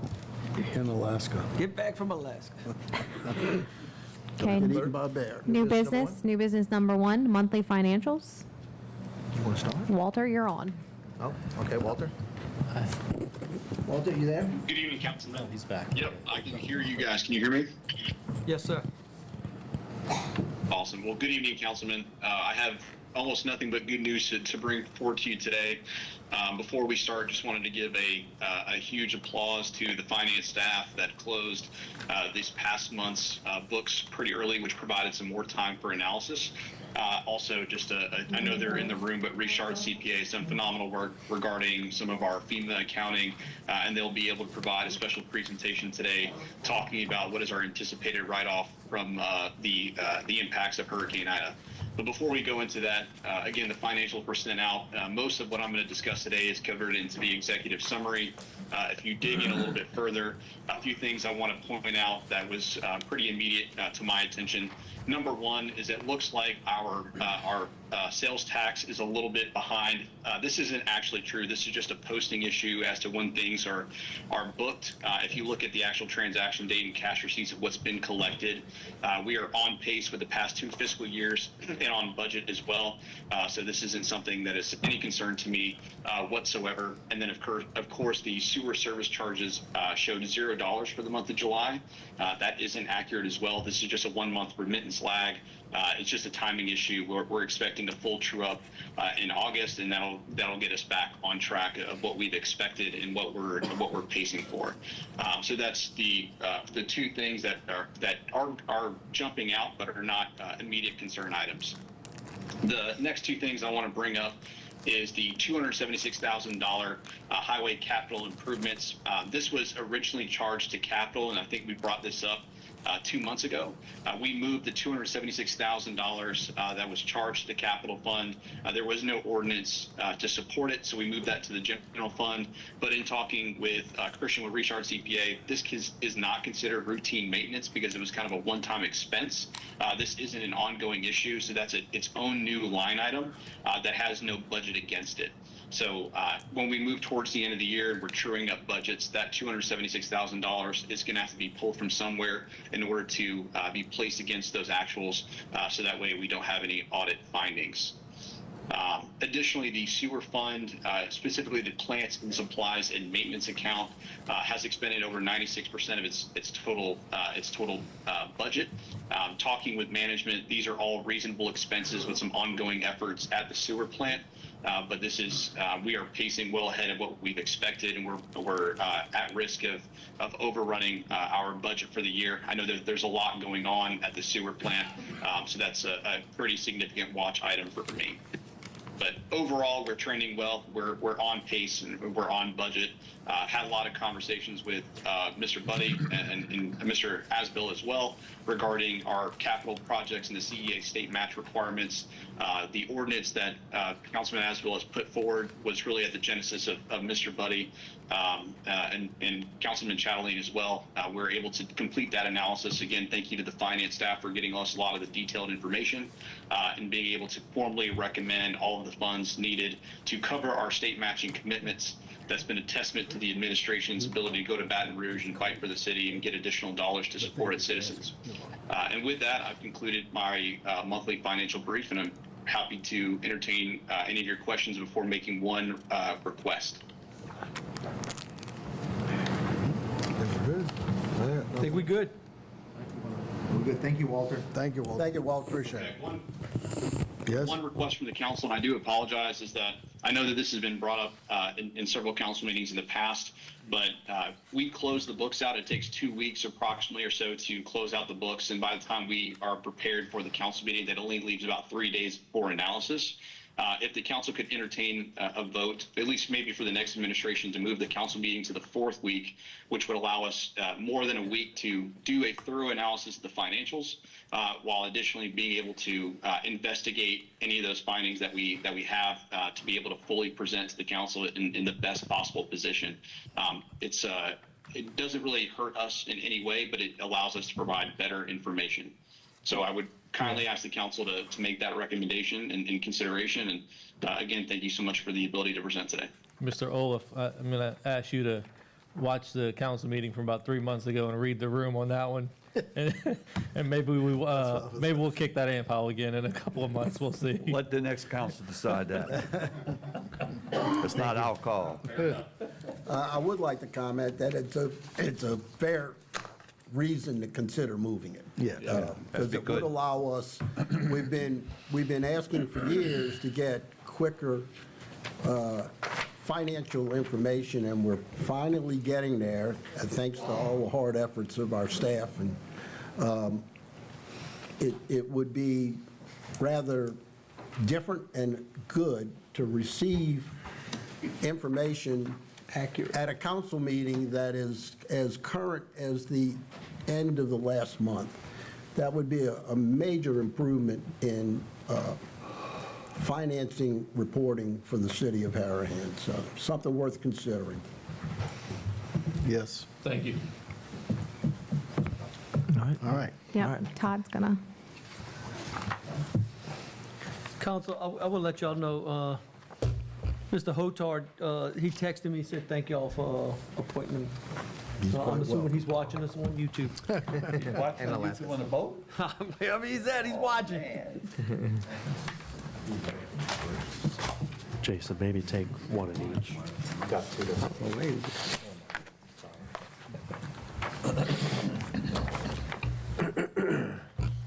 Good evening, council, mayor.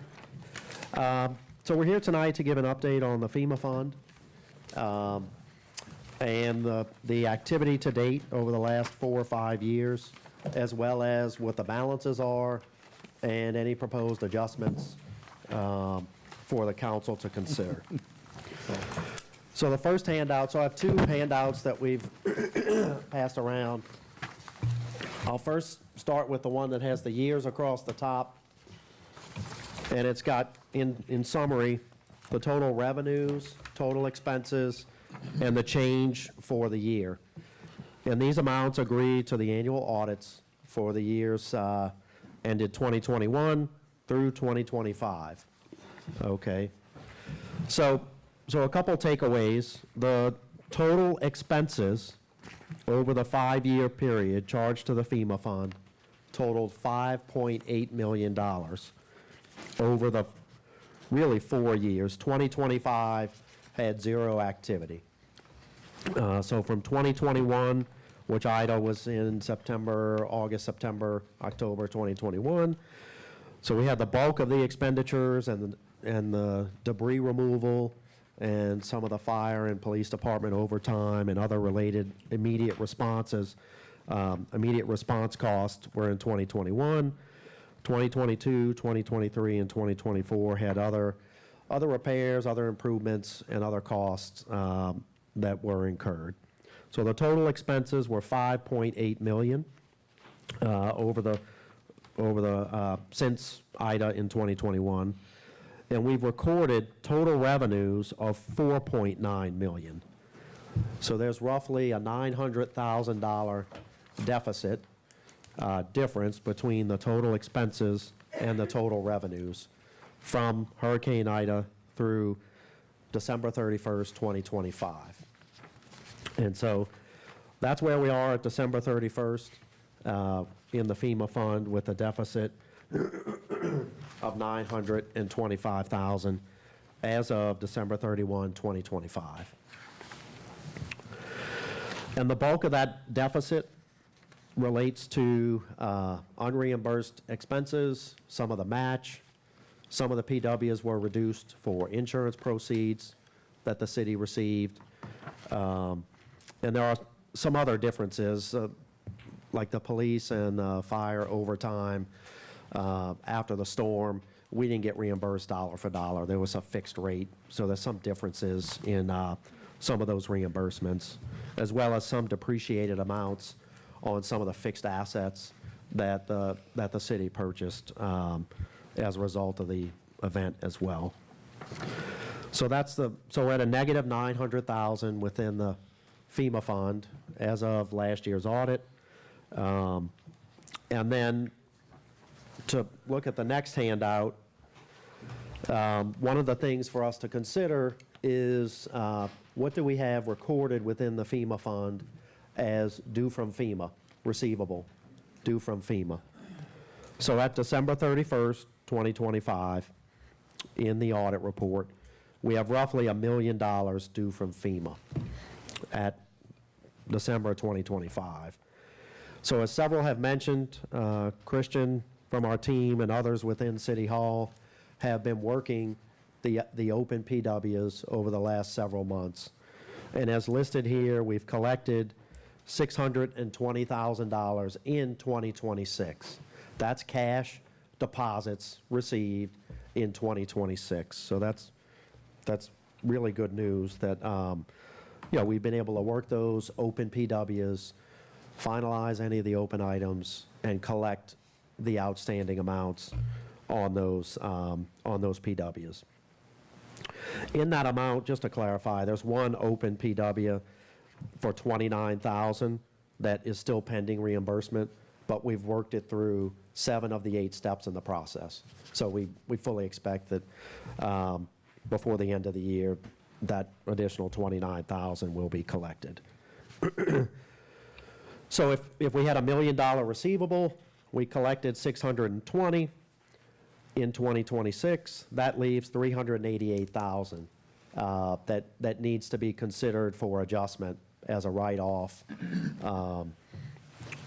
because those receivable amounts are not collectible based on the work, that we've done. We've been in regular communications with FEMA as well as several of the City Hall staff, Kerry and Cherie, to keep the City Hall staff informed.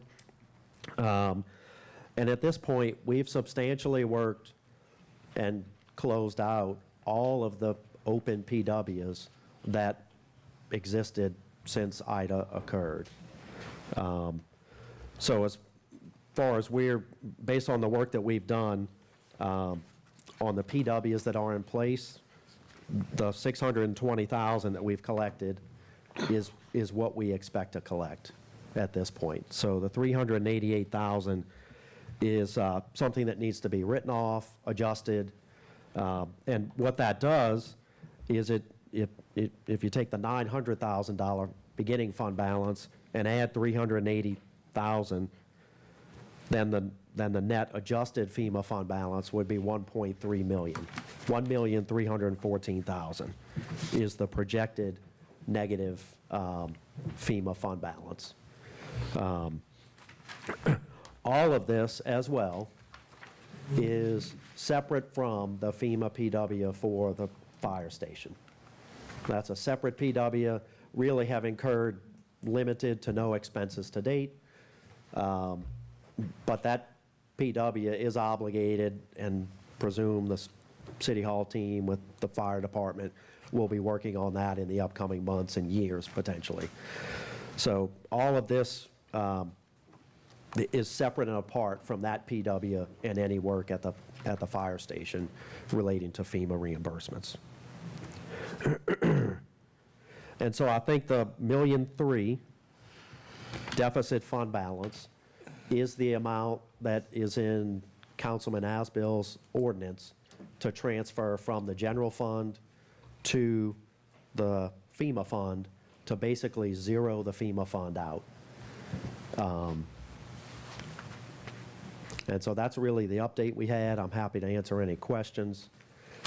Or Mr. Mayor, Councilman, if I missed anything, Mr. Buddy, that we talked about, let me know. I have a question. I may have misunderstood you. Did you just say we haven't spent any money on the fire station yet, that PW? Have we? No, we haven't spent anything. So we purchased or we rented the trailer that the fire department has been living in, their quote, living quarters. I get, that was, it's not a lease, it's not an ongoing expense, but I mean, we did spend that money, so it must be in the $5,826,000? I don't know, Mr. Buddy. I can check that. I know what transaction you're talking about. I just don't know exactly where it's recorded. I would think that would have been reimbursable. I'm not sure. Yeah, but I don't certainly- know. Go ahead, Councilman Asbell. We can check. Yeah, I would say I don't know specifically, but it's either in that or it's from the insurance proceeds. I think it might be insurance. Okay, but it's been considered. Now back to the first schedule we looked at with the years. Yep. Total revenue, $4,000,009. Total expenses, $5,000,008. With a deficit on that page of the $925,000. That all makes perfectly good sense to me. Where I'm having a hard time reconciling is, where's the 388 come from? Total revenue must have been billed but not collected? There were revenue amounts. So when we log into the LAPA website, excuse me, that has all of the approved PWs for the city. Okay, all the records, all the expenses are uploaded. There's a portal with tons of documents, multiple screens, all that stuff. When we log into that software, that site, it generates a list. You can run a report of all PWs for the Hurricane Ida event. There's an event code, I don't remember what it is, but there's a specific event code for Hurricane Ida. And we ran the reports. We had approved PWs, okay? And in several of the circumstances, those approved PWs were either mistakes or adjustments on the software side. So we had a couple reasons. One, there was one PW for about $200,000, $188,000, that was on our report, on our list, okay, in summary form. And ultimately, it was not for expenses that the city incurred. It was for expenses that the state incurred on behalf of the city. So it was not while it was under our PW, in our login, under our login and our entity ID, it was, the expenses included within that PW were not paid by the city. But how did they get on our books then? They were invoices for the accounting firm that's working for the state that were working on our PWs from the beginning. How did we pick it up? Because the 388,000 is part of a receivable. Correct. That we deem not collectible. Correct. Okay, back to the first schedule. The amount of $4,900,178 identified as total revenue. Is that actual cash collected? Or is that? No. That includes the $1 million receivable. Okay, so that's billed. Correct. That's it. Yes, sir. Yep. Now it clicks. Yep. Thank you.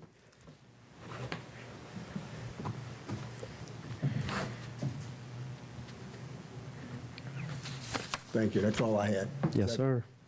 That clicks. Thank you, Mr. Buddy. Thank you. Thank you. All right, moving on, new business number 2. The St. Rita Fall Festival Committee members respectfully request permission to sell beer and wine at the annual St. Rita Fall Bingo. This year, the bingo will be held on Friday, October 2nd. I had a typo, I'm sorry. From 5 p.m. until 11 p.m., all proceeds from the Fall Festival will be used for charitable purposes benefiting St. Rita Parish. Okay, public hearing is now open. Anyone want to speak on new business number 2, St. Rita Fall Festival Bingo, which is an absolute blast. If you guys can make it, it is unbelievably fun. One of my favorite events in the year. All right, we'll close public hearing. We have a motion by Councilman Chatelain, second by Councilman Johnson to approve. All in favor? Thank you. Yay. 5 yeas, 0 nays. Madam Clerk, Fall Bingo is approved. All right, new business number 3. The St. Rita Fall Festival Committee members respectfully request permission to sell beer and wine at the annual St. Rita Fall Festival. The festival will be held this year on Friday, November 6th, 2026 through Sunday, November 8th, 2026 from 6 p.m. until 11 p.m. on Friday, from noon until 11 p.m. on Saturday, and from 11 a.m. until 7 p.m. on Sunday. Okay, anyone want to speak on new business number 3, St. Rita Fall Festival Committee? No one coming forth. We'll now close public hearing for the St. Rita Falls Fest. We have a motion by Councilman Wait, Chatelain. before we do that, I have a question, and I think I may know the answer. This is being covered by someone else's, the alcohol is being sold under someone else's license? I believe The so. Dad's Club, I Dad's think. Club's got Yeah, a, Dad's Club. I think the Dad's Club's got a license. Yeah. Craig, the Dad's Club's got a license, don't they? Okay, all right. Because I sort of recalled in previous years, I was told that it was being done with someone else's license. I think they So got we're a only approving the sale of alcohol at the site Right. temporarily. Okay. Okay, so we have a motion by Councilman Chatelain, second by Councilman Buddy to approve new business number 3. All in favor? Yay. 5 yeas, 0 nays. Okay, new business number 4. The members of St. Rita Fall Festival Committee respectfully request permission to block Berg Street from Imperial Woods to Rayvan Avenue to Elaine Avenue during the hours of operation for the St. Rita Fall Festival. We also request to block Rayvan Avenue Sunday, November 8th from Jefferson Highway to O'Neill Court from 10:30 a.m. to 4 p.m. We will use Rayvan Avenue to move the children from the school to Berg Street for their classroom performances. The neighbors this will affect will be notified in advance of our intentions. Okay, anyone want to speak on new business number 4? No one coming forth. We'll now close public hearing. No discussion. We have a motion by Councilman Chatelain, second by Councilman Ricks to approve new business number 4. All in favor? Yay. 5 yeas, 0 nays. New business number 5, propose a September council meeting date change. The current meeting is scheduled for September 17th, 2026. Possible new date, Wednesday, September 23rd, 2026. Who's requesting that? Council, I know that there is an out-of-town event that night that I will be at. I know Mayor Baudier will be on the 17th, that Mayor Baudier will be out of town, and Councilman Chatelain as well. We're just asking for another date. Doesn't have to be Wednesday, September 23rd. In fact, that doesn't work for me, but You can make the 23rd, that's not, I work out on the 23rd. I cannot make the 23rd. I so that's exercise on the perfect. Yeah, we 23rd. can do it. We can do it another night. Let me know what night you don't work out. 23rd, that's good for me. I would propose either the Monday, the 21st, or going into the last week of September. Wednesday, the 23rd is fine with me. Oh, it doesn't work. It doesn't work for you? No, sir. We thought you were. But it doesn't have to. I don't have to be here. Does Thursday? No, I want you here. Does Thursday the 24th work? Like I'm just, It does not. No, sir. okay. So the 21st works for you? Yes, sir. Does it work for you, Mayor? Yes, sir. Does it Let's work do for the Paul? 21st. Let me make sure I'm okay. No. Monday. Oh, Okay. Let's go to Tuesday, the 29th. Wait, that's Yom Kippur Day. No, the 29th. Hold on, I gotta ask. That's the day he wants to move it to the 21st. Which day we're moving it to? All right, we can't do the 21st. We can only do Tuesdays and Thursdays because of the, Mr. Paul, the cameraman. Okay, so 22nd, The 29th. 29th. Okay, We know if they have traffic. that's good. We're double checking to see if they have traffic court that night. Wait, we got a traffic court. Is it Traffic court? You got traffic court 29th? Kills that. What day are we going? Come on. Y'all playing around with this. The 22nd is the Alliance for Good Government meeting over at the Senior Center. Well, that's not gonna happen, Right. so. What about the 30th? We opposed to a Friday? 30th? 30th. September 30th, that's a Wednesday. It's a Wednesday. Huh? It's a Wednesday. Oh, you can't make it, I'm sorry. Oh, my God. The 24th. I don't have my calendar with me, so I'm 25th. screwed. Can we do the 24th? They're not going to That's a Thursday. I'm unavailable, but You're again, available? If you set it on the 28th, I can rearrange it. I mean, the 28th, I can rearrange it. perhaps. there we go, September 28th September 28th. at 6:30. Hold on, I'm trying to say. Mike, you good 28th? I don't know yet. No? Hold He's on. looking. I'm trying to figure it out. This is the best part of the meetings, guys, when everybody breaks out their calendars, I'm at a council meeting, I'll call you back. calls their spouses to figure out when the vacations are planned. During election season, who's got fundraisers, who's got. So I things. neglected to bring my calendar. I'm going to vote for the 28th, but if I can't make it for any reason, I'm going to give Councilman Asbill my proxy Oh. because Appreciate that. Can't do that. I know appreciate that. I'm it. kidding. It's a joke. Yeah, But I don't know. Appreciate I'm that. going to try to make the 28th. I Councilman don't have Johnson, my I'll take your calendar. proxy too. Oh, you could take And you know- mine, all and you right. know- And you know I would vote how you want me. Yeah, I know you would. Well, if I got my choice between Mike Ricks not showing up and you not showing up, I'd rather you not show up. Wow. Thank you. Are you good to 28th, Mike? Do you need to take a recess? hold on. Y'all are killing me.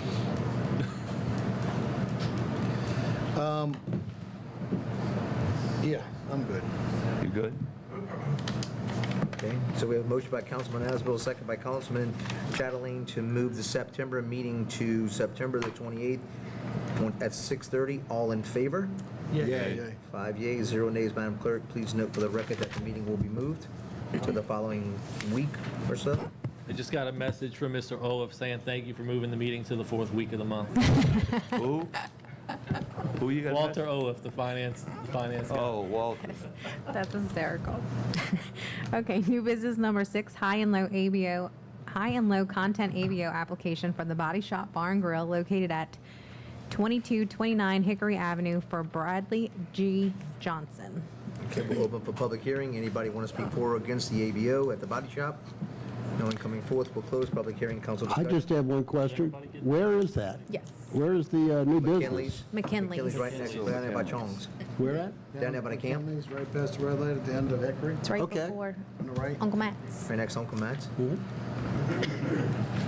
Move to approve, subject to the chief's final approval. Oh, Chief, you Second. you haven't Yeah, approved it's met all the requirements. He's good. Okay. Okay, all Yeah. in favor? Yay. 5 yeas, 0 nays. Madam Clerk, please notify the body shop. Address the council. And make sure we tell them it's subject to. Okay, if anyone would like to address the council, public opinion is now open. Please come forward, state your name and address at the podium, please.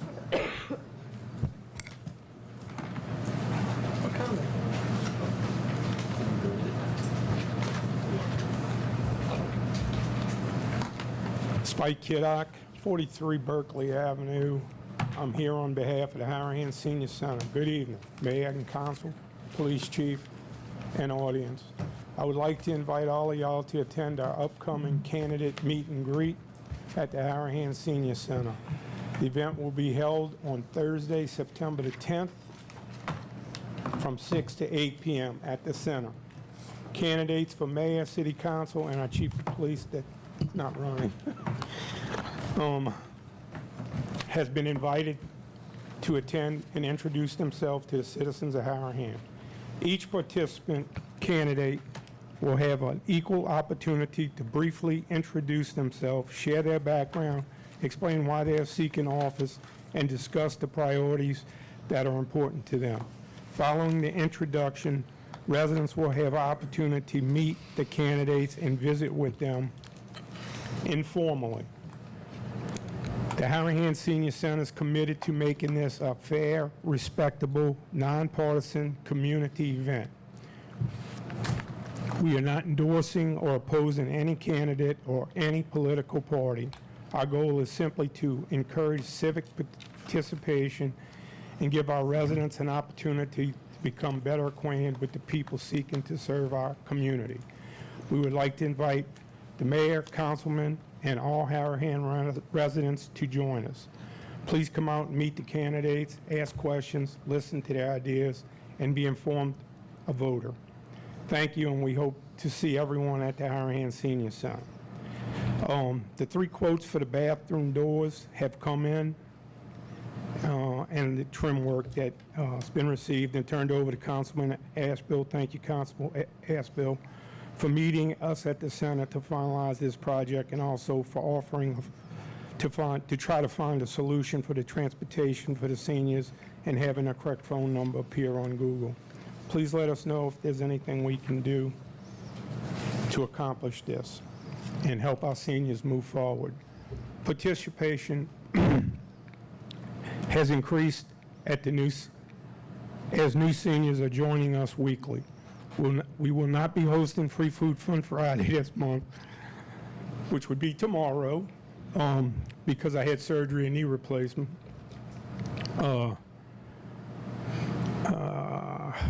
But our hot meals have resumed since Monday. Our rentals have increased since the work is getting out about the beautiful venue. It is now.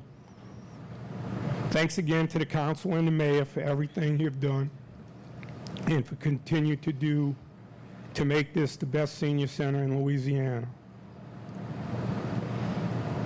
We are accomplishing the goal of becoming self-sustained with our rentals, our donations, and our sales from the Adelaide thrift store. Please feel free to stop by Monday through Friday, 9 to 2, even if it's just a minute or two, to bring our cheers to our seniors. They love seeing visitors. God bless and good night. Thank y'all all. Richard, look, I want to, again, thank you and Sandy for all y'all do there. I went by the senior center today, and they had like 35 to 40 people there. And they ate, and they enjoyed the meal, and they played bingo. Bingo, yeah, at bingo. But I want to thank you guys. I mean, y'all doing a great job over there. And the seniors love it. I talk to the seniors, and they just love it. They just laughing and joking, having a good time. So that's great. Thank you. Yeah, we really appreciate you coming with your bad knee. So. Spike, I wanted to thank you and Sandy and the other volunteers in particular for organizing this candidate forum. And I'd encourage everyone to go out, get an opportunity to see and listen to the candidates, ask them your questions, and it will help you make a more informed decision. I also wanted to tell you, I've got a conflict, I won't be there.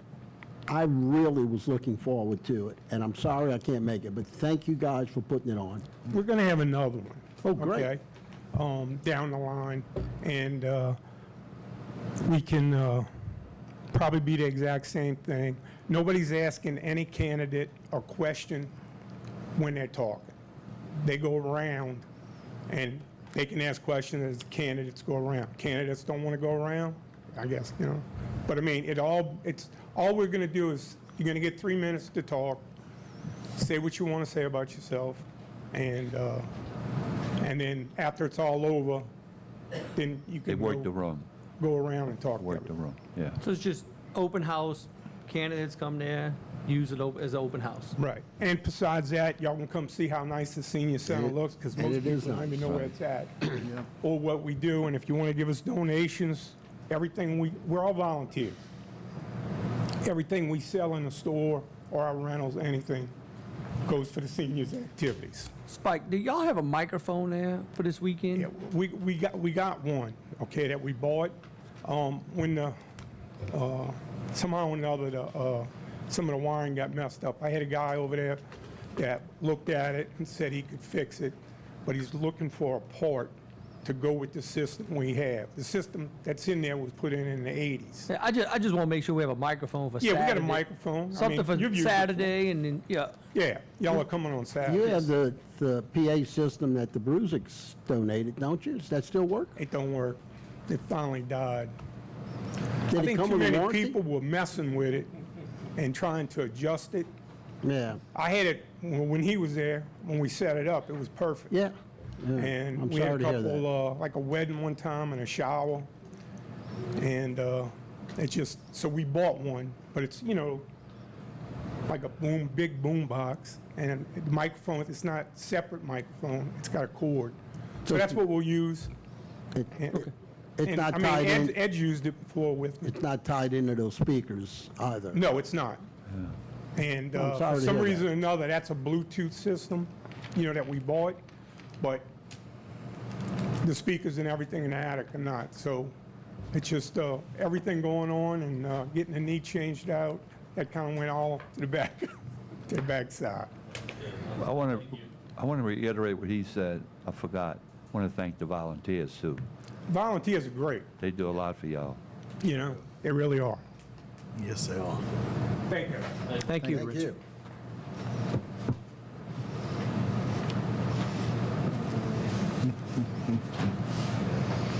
Look at his wife, she's like, oh, shit. I'm back. I would just like to thank you guys that supported me, let you know I appreciate it and I will not let you down. Paul, I appreciate you standing up and voicing your opinion, even though it was against me, but you're man enough to stand up, and I don't understand what most of it was about, but at least you voiced your opinion. I appreciate that. Thank y'all. Thank you. And a lot of you guys, oh, go ahead. No, come on. Good evening. Josh Muna, 18 Donald Drive. Good evening, Mayor, Council, residents. I came tonight to talk a few minutes about Riverside Country Club. A couple of y'all were there a couple weeks ago, but we're holding an adult fundraiser September 5th for everybody, all Harahan residents. Riverside is more than just a country club. It's a piece of Harahan history since 1967. Mr. Paul, I think you were on the council that time or something along those lines? What year was it? 1967? No, I was the year I was born. All right, yeah. Most recently voted second best family attraction in Jefferson Parish, and we appreciate everybody that voted for us. Riverside is the last remaining country club in Harahan, and for generations it's been a place where families have come together. Parents have brought their children have grown up, started families of their own, and have brought their children back, so it's continued for generations. We've had birthday parties, family gatherings, showers, weddings, pool days, and countless memories made within those walls and around the pool. And that is what we're trying to preserve. We don't want Riverside to simply survive, we want it to thrive. We want to improve the facility, make it something our community can be proud of, and make sure that families in Harahan have a place that's available for them in generations to come. Over the past couple of years, we've had major improvements, as you may have seen just looking at the parking lot and pool. And we still have a long list of things to address right now, just an AC, updating the pool equipment, locker room renovations, just to try to make things better along the line. Those projects aren't just about improving the building, they're about protecting a place where people can continue to make memories. That's why we're hosting an adult night fundraiser on September 5th. And this event is truly for everyone. It is $10 for Riverside members and $15 for non-members. It includes a night of food, music, and fun. We will have the Rhythm Kings performing with a special guest, Rockin' Doopsie. If you know who Rockin' Doopsie is, get the washboard so we'll be able to get him in and come perform at good old Riverside. So it's going to be a great night, great opportunity to come out and support Riverside. Whether you are a member growing up, a former member, currently a member, or thinking about becoming a member, or simply live here in Harahan, everyone is invited. We want this to be something the entire community can get behind, because when you support Riverside, you're not just supporting a country club, you're supporting a piece of Harahan's history. You're supporting the place where generations of families have gathered, and you're helping give future generations the opportunity to create those same memories. Our goal is simple: preserve what makes Harahan special, which at the same time preserves what makes Harahan special and the best city in the state to live in. Improve what's improved, and make sure Riverside is still there for future generations. So again, I invite everyone to come out in the Harahan community. September 5th, Riverside Country Club. Should be a great night. Hope to see everybody there. Thank you. Time? Josh, you got any tickets with you tonight? 7 to 10. Do not have any tickets tonight. So September 5th, 7 to 10. How can we get them? I'll make sure you get one. You got I'll it. give you my address. You got it.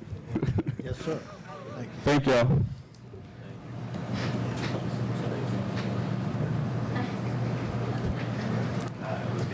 Only runs out when you use it. Good evening, Mayor, Council, residents. My name is Craig Johnson. I'm running for Harahan Council. Harahan is more than just a place where we live. It's our home and it's our community I care deeply about. I had the privilege of serving this community before, and I'm asking for your support to return to the City Council and get back to work for the people of Harahan. During my previous time in office, I learned that being a good councilman isn't about making promises just to get elected. It's about listening to residents, making responsible decisions, and following through. I believe in promises made, promises kept. I'm running because I believe Harahan deserves leaders who will focus on the things that matter every day: responsible spending, transparency, maintaining our infrastructure, protecting the character of our neighborhoods, and making sure residents have a voice in the decisions that affect our city. I also believe government works best when we listen first and act second. I want to hear from you. What do you think we're doing right, where we can improve, and what you want to see from your city government? I would be honored to earn your vote and your support. In the coming months, I look forward to meeting more of you, hearing your concerns, and working together to keep Harahan moving in the right direction. To contact me, my number is 504-259-5763. Thank you. Thank you. Like his dad, he's nervous. Like his dad's nervous too.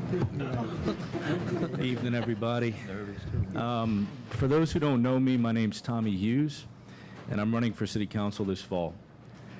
My family and I moved to Harahan 9 years ago, and over that time, Harahan's become a home for us. It's where we raise our family, and I care a lot about doing my part to keep it a great place to live. I spent my career in technology, solving complicated problems, and working with people to find practical solutions. And that's some of the same approach I'd like to bring to City Council. My priorities are pretty straightforward. I want residents to have a meaningful voice before major decisions are made. I think we should plan growth and redevelopment carefully so it fits our neighborhoods and the infrastructure we already have. And I want city spending, contracts, and major decisions to be easy for residents to follow and to understand. In the coming months, I'm looking forward to listening and talking with as many residents as I can. I appreciate the opportunity to be here tonight. Thank you. Thank you.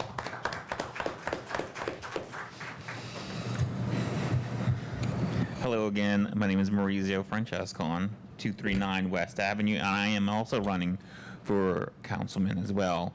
Mayor, council, thank you for letting us speak. Born and raised right here in Harahan, and I've served on planning and zoning as a board member and as your chairman at one point in time. And I'm in the construction business, project manager, read contracts, do that every day. I manage multi-million-dollar projects in the city, throughout the state. So yeah, I'm looking for your vote, and I've met a lot of y'all on the streets already. Y'all know me from previous. I ran previously, and I think some of the key things that we like here in Harahan is the transparency of our government. We able to contact the mayor. I have everyone's cell phone number in my phone, so we can, if we have issues, we can call them. They're open. It's an open door policy. We like our protection, our firefighters, our police. We like that We can call them up, and they're there immediately to come assist us, and just, again, maintaining our quality of life through the many projects that have been passed over here with water management, sewer treatment. Those are things a lot of that I've run into in the streets people worry about. Those 4 key things: growth, water management, protection. And I find that's common amongst all of us. So again, I'm asking for your vote on November 3rd for your next councilman for the city of Harahan. Appreciate it. What's your name again? Maurizio and Mo. I'll Mo. explain the Mo. Growing up in high school, I played rugby, wrestled, and soccer. My coaches could not say my name. I come from an Italian background, and my name was Maurizio, so it went from Maurice to Mo. So I decided, you know what, it's a term of endearment. Some of my close friends and family call me Mo. You can call me Mo. I'll accept it. It's endearing. Oh, and you can reach me. My phone number is 504-460-7578. Call me. Y'all know how to reach me because y'all reach me on Facebook too. So again, open book. I'm can work with anybody. I think I'm pretty reasonable. I want to say young man, but we're not spring chickens anymore, huh, Eric? But I think I can work with anyone, no matter who's the mayor or who's on the council, because I'm a pretty reasonable guy. Appreciate it, and y'all have a good night.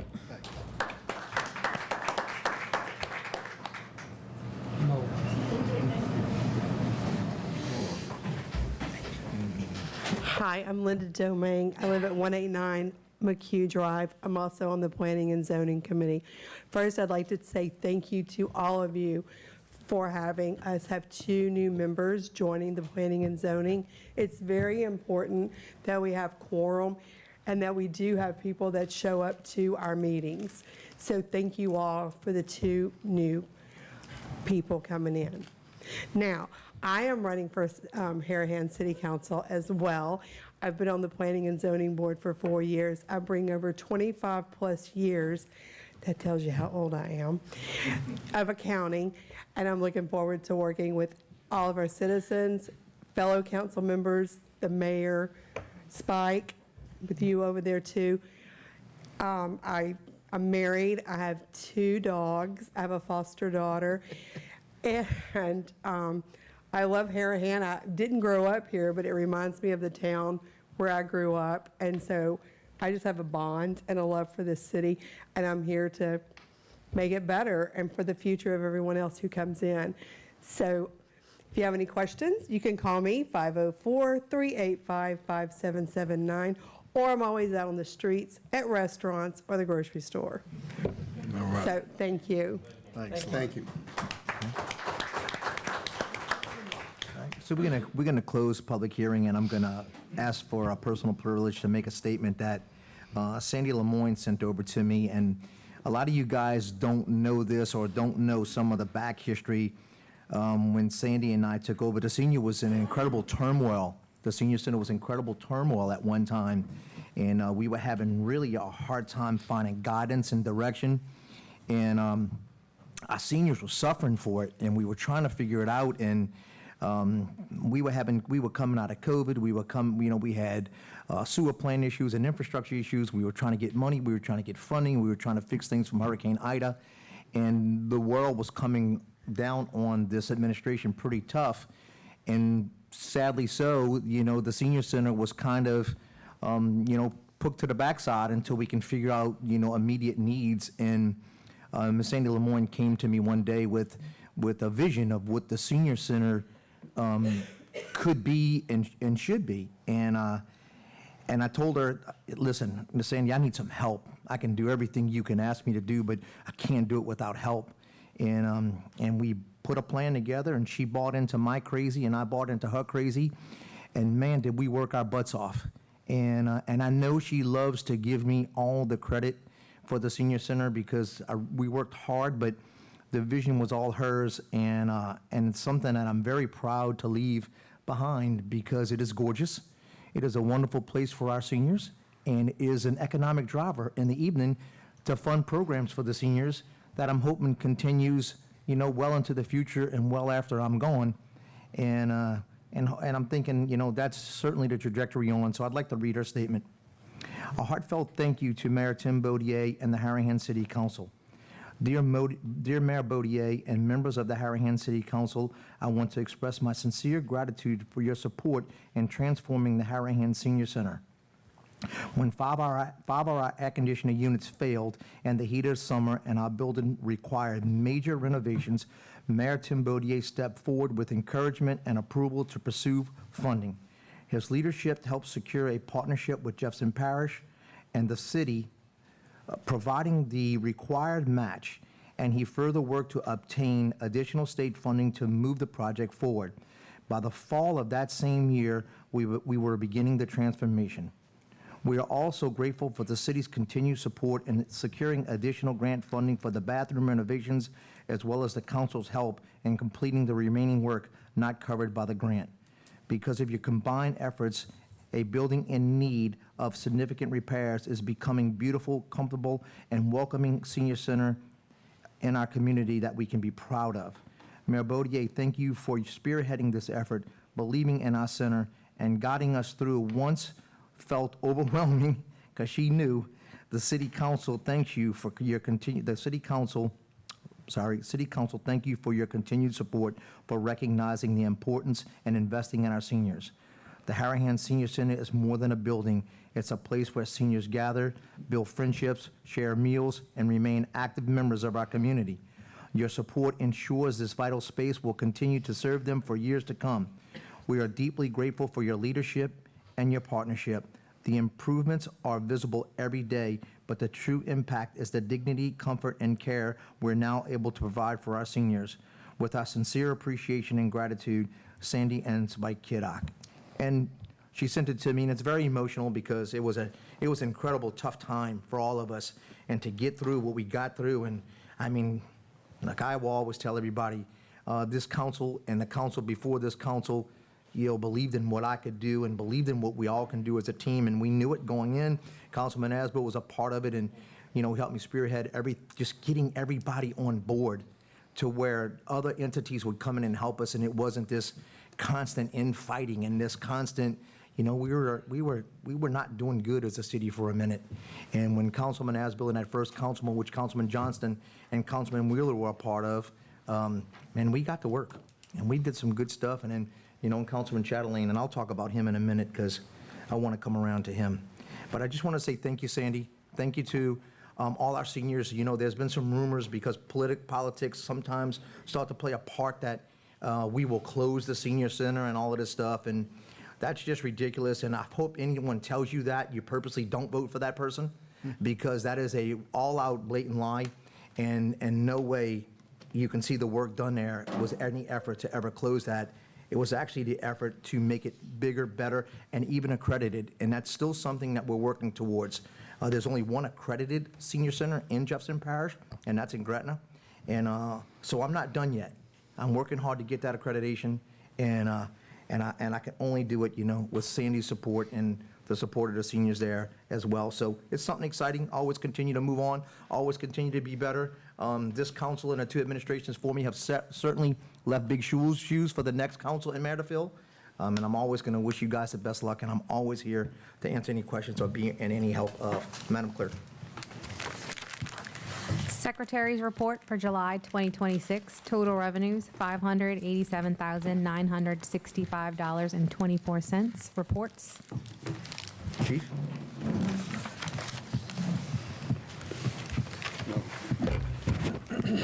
I'll start off. I'm not running for office.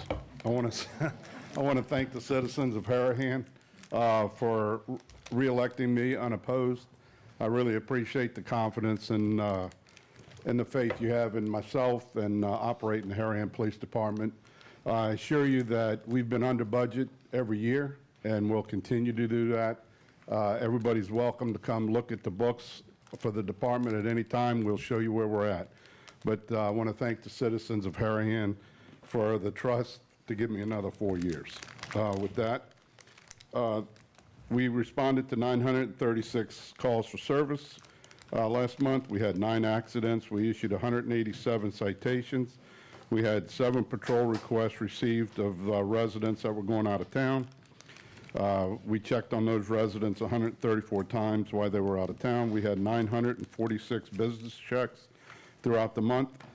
Traffic enforcements, trying to slow people down, we did 440 of those.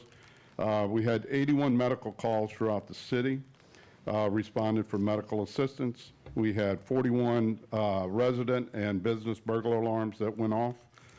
We had 2 stolen license plates and 4 stolen vehicle alerts, and I'm sure we'll get to that, where we got that information from. That came from our flock cameras, and I'm sure there'll be questions on that. But we had 42 arrests. We had 63 charges.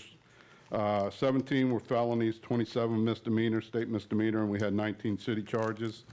Out of that, we had 29 fugitive attachments, people not showing up for court. We had 7 traffic attachments, and we had 16 narcotic arrests. Our narcotics and our detectives are doing a good job. They're out there making these cases, and we'll talk about that. But we had 11 other city ordinance arrests. We had 1 sexual assault. We had 8 assaults. We had 5 theft, shopliftings, 1 attempted theft, 1 identity theft, and 1 computer fraud theft.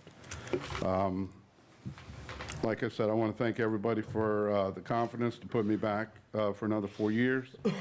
School zones are open, schools are back in, and we're doing traffic enforcement in the school zone. So please slow down.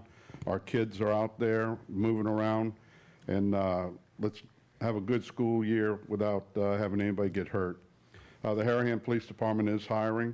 We've got a couple of open spots, so if anybody is interested in visiting and joining the Harahan Police Department, we'd love to speak with you. I don't have all the information, Webster Terrebonne. They're going to have a jambalaya cook-off and a car show on, I believe it's September 19th at 3 o'clock, right there at 300 Colonial. They're encouraging everybody to come out. They're trying to raise some funds for the little school and the daycare that's there.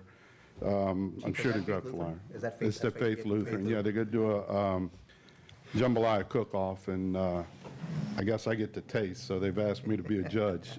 So I get to taste all the good jambalaya. So come out and support them. It's another city school. It's our residents, so come out and support them. With that, I'll take any questions. Chief, and so I wanted to ask you this question. I told you I was going to ask you this question. I wanted you to be prepared to address it because it is a concern going around right now in our public, specifically about the flock cameras. Just to be clear, I am for flock cameras. I think we need flock cameras to assist our police department in their investigative duties and whatnot. But it is becoming increasingly newsworthy that there are abuses. So can you talk about some of the things that we are doing or have done to make sure that that information that's received through the flock system is not abused, and if it is abused, what are the results of that? Right. Well, I had a meeting Tuesday with the flock representatives in my office. Flock is making some changes. They're making changes on their retention times. They've added a new audit section for the flock cameras. The audit is something new, so it's been added to my computer, my assistant chief's computer. There's only people that have access to that system are my detectives. They've also added to the audit system that if it detects a strange number of license plates run, more consistent, just not normal, there's an audit system now that will lock that officer out of the system. And then the only way he can get back authorized, it has to come through me.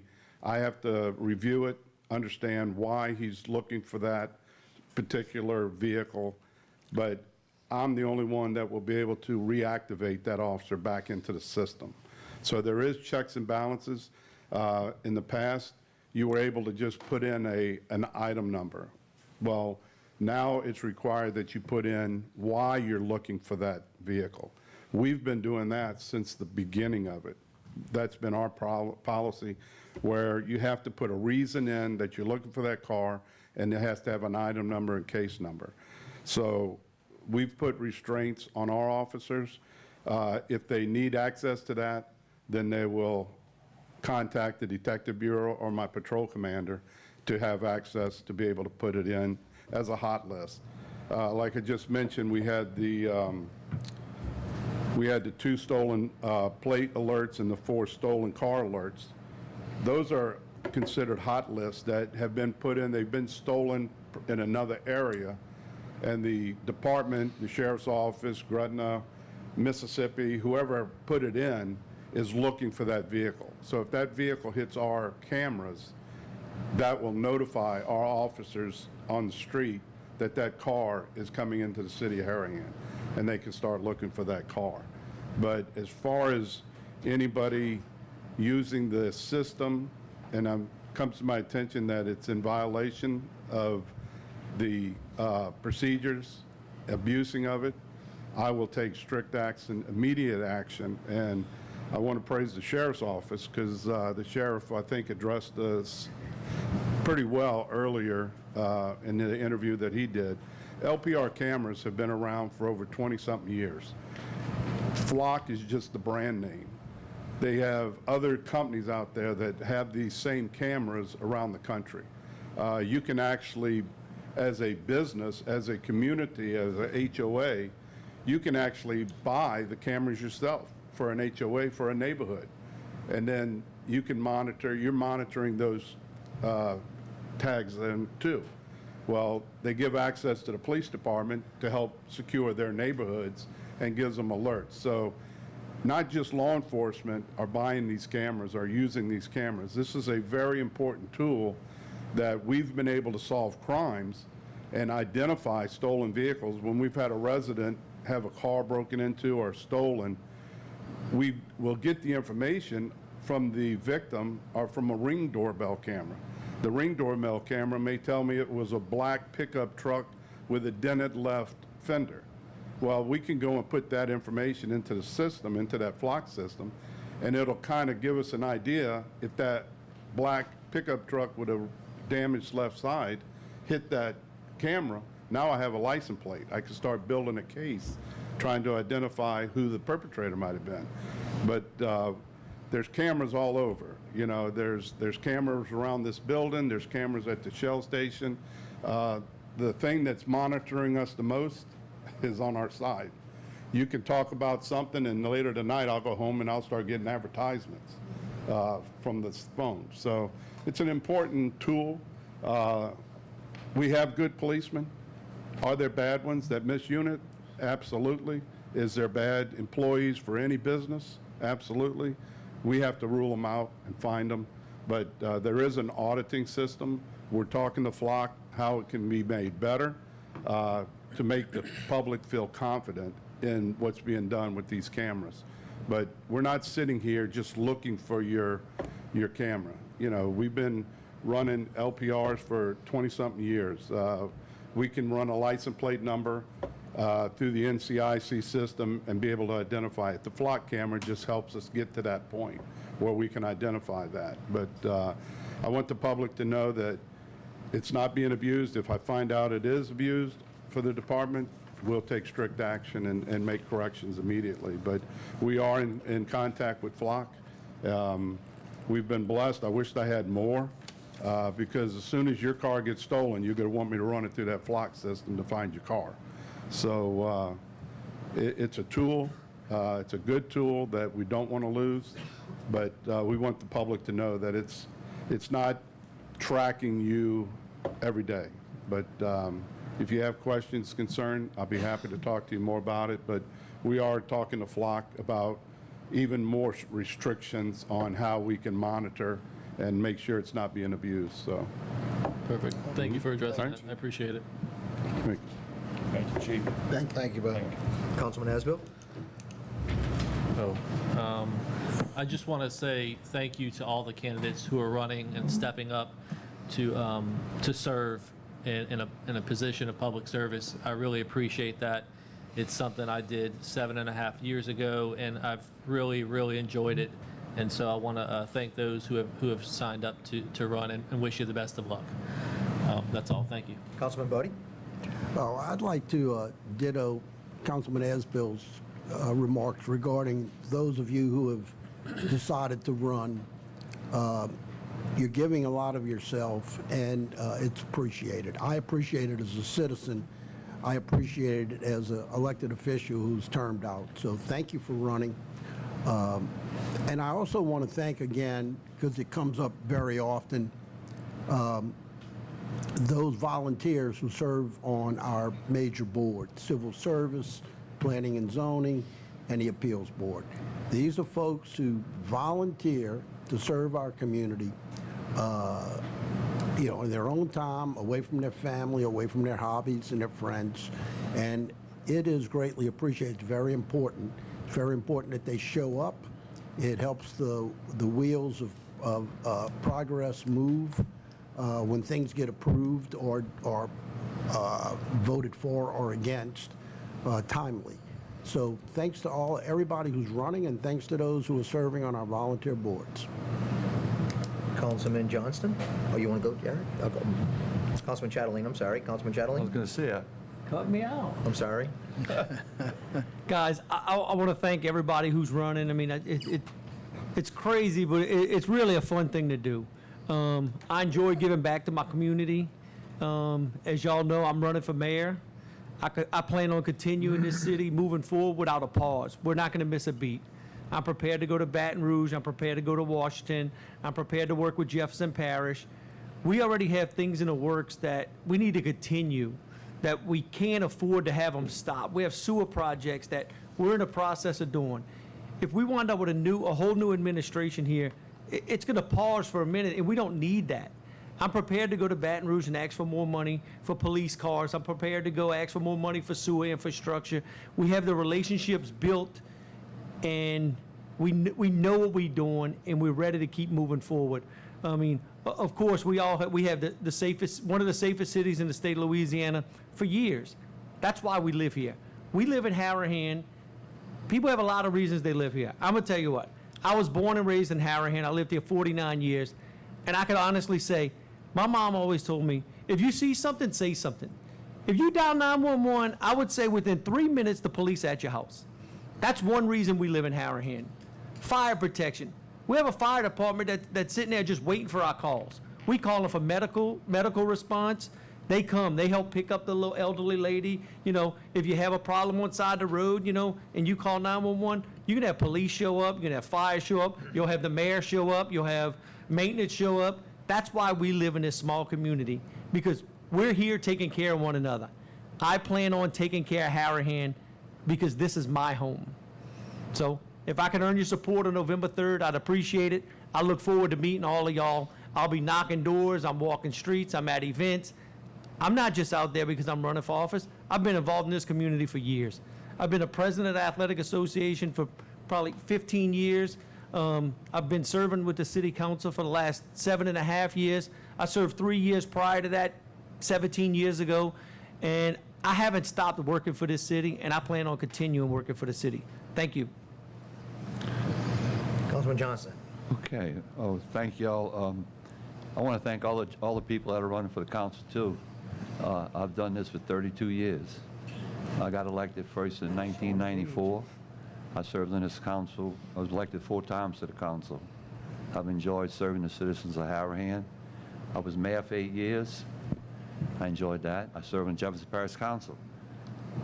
When we get elected, you receive a plaque from the state congratulating you on what you've done as far as being elected, and you get a card from the state.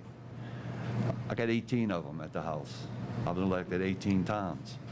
But I'm counting the Republican Executive Committee. I served on the Republican Executive Committee 28 years. You get elected for that. I served in the State Executive Committee 3 terms.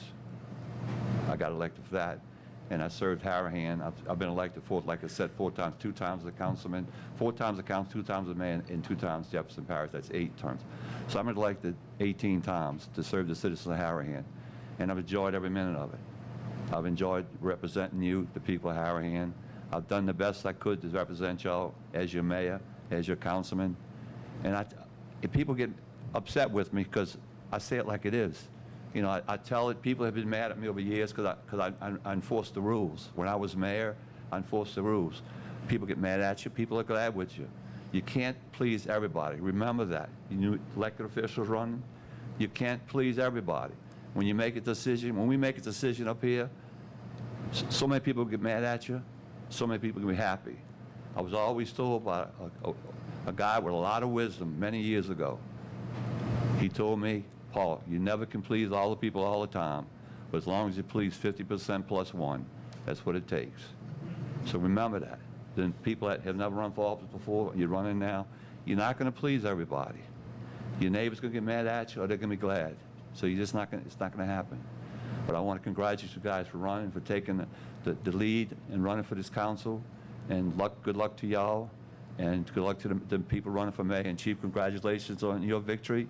You've done a good job, and people reward you with it. Nobody ran against you because they knew you've done a good job. So I want to congratulate you on that. I want to mention this right while I'm on here. Tonight, I voted on an ordinance that I'm totally against, on the amendment.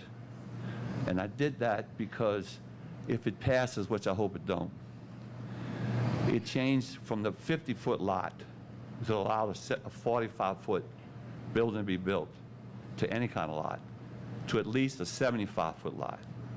So that's why I voted to pass this ordinance. So I know if it does pass, the lots can't be no smaller than 75 feet.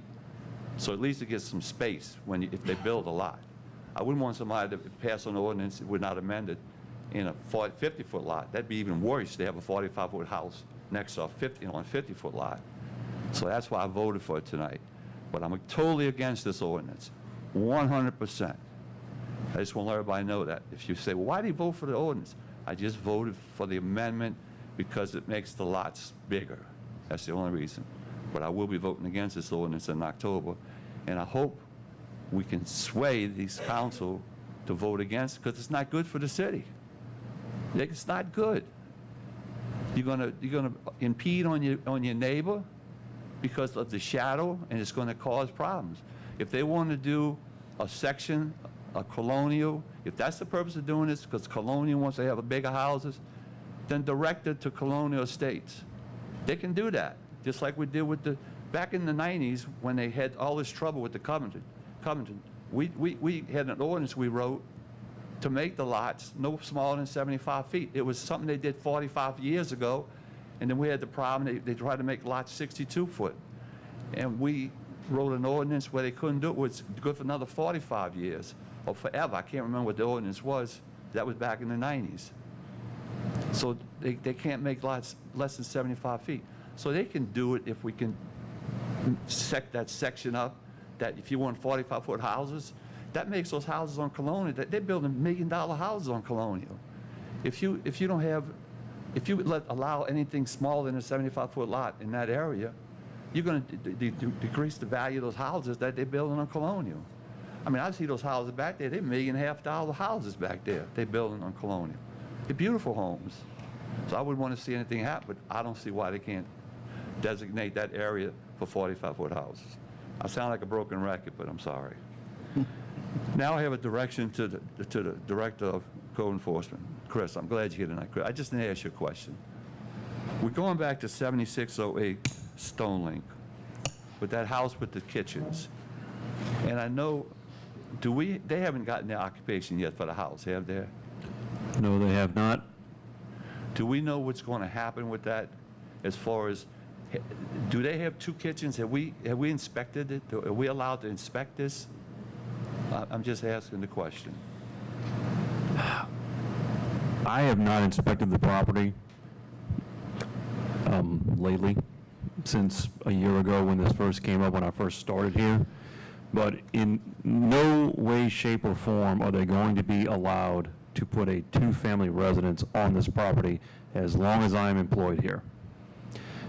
They currently don't have a gas meter to the property. We're not going to issue one if we have any doubt of this.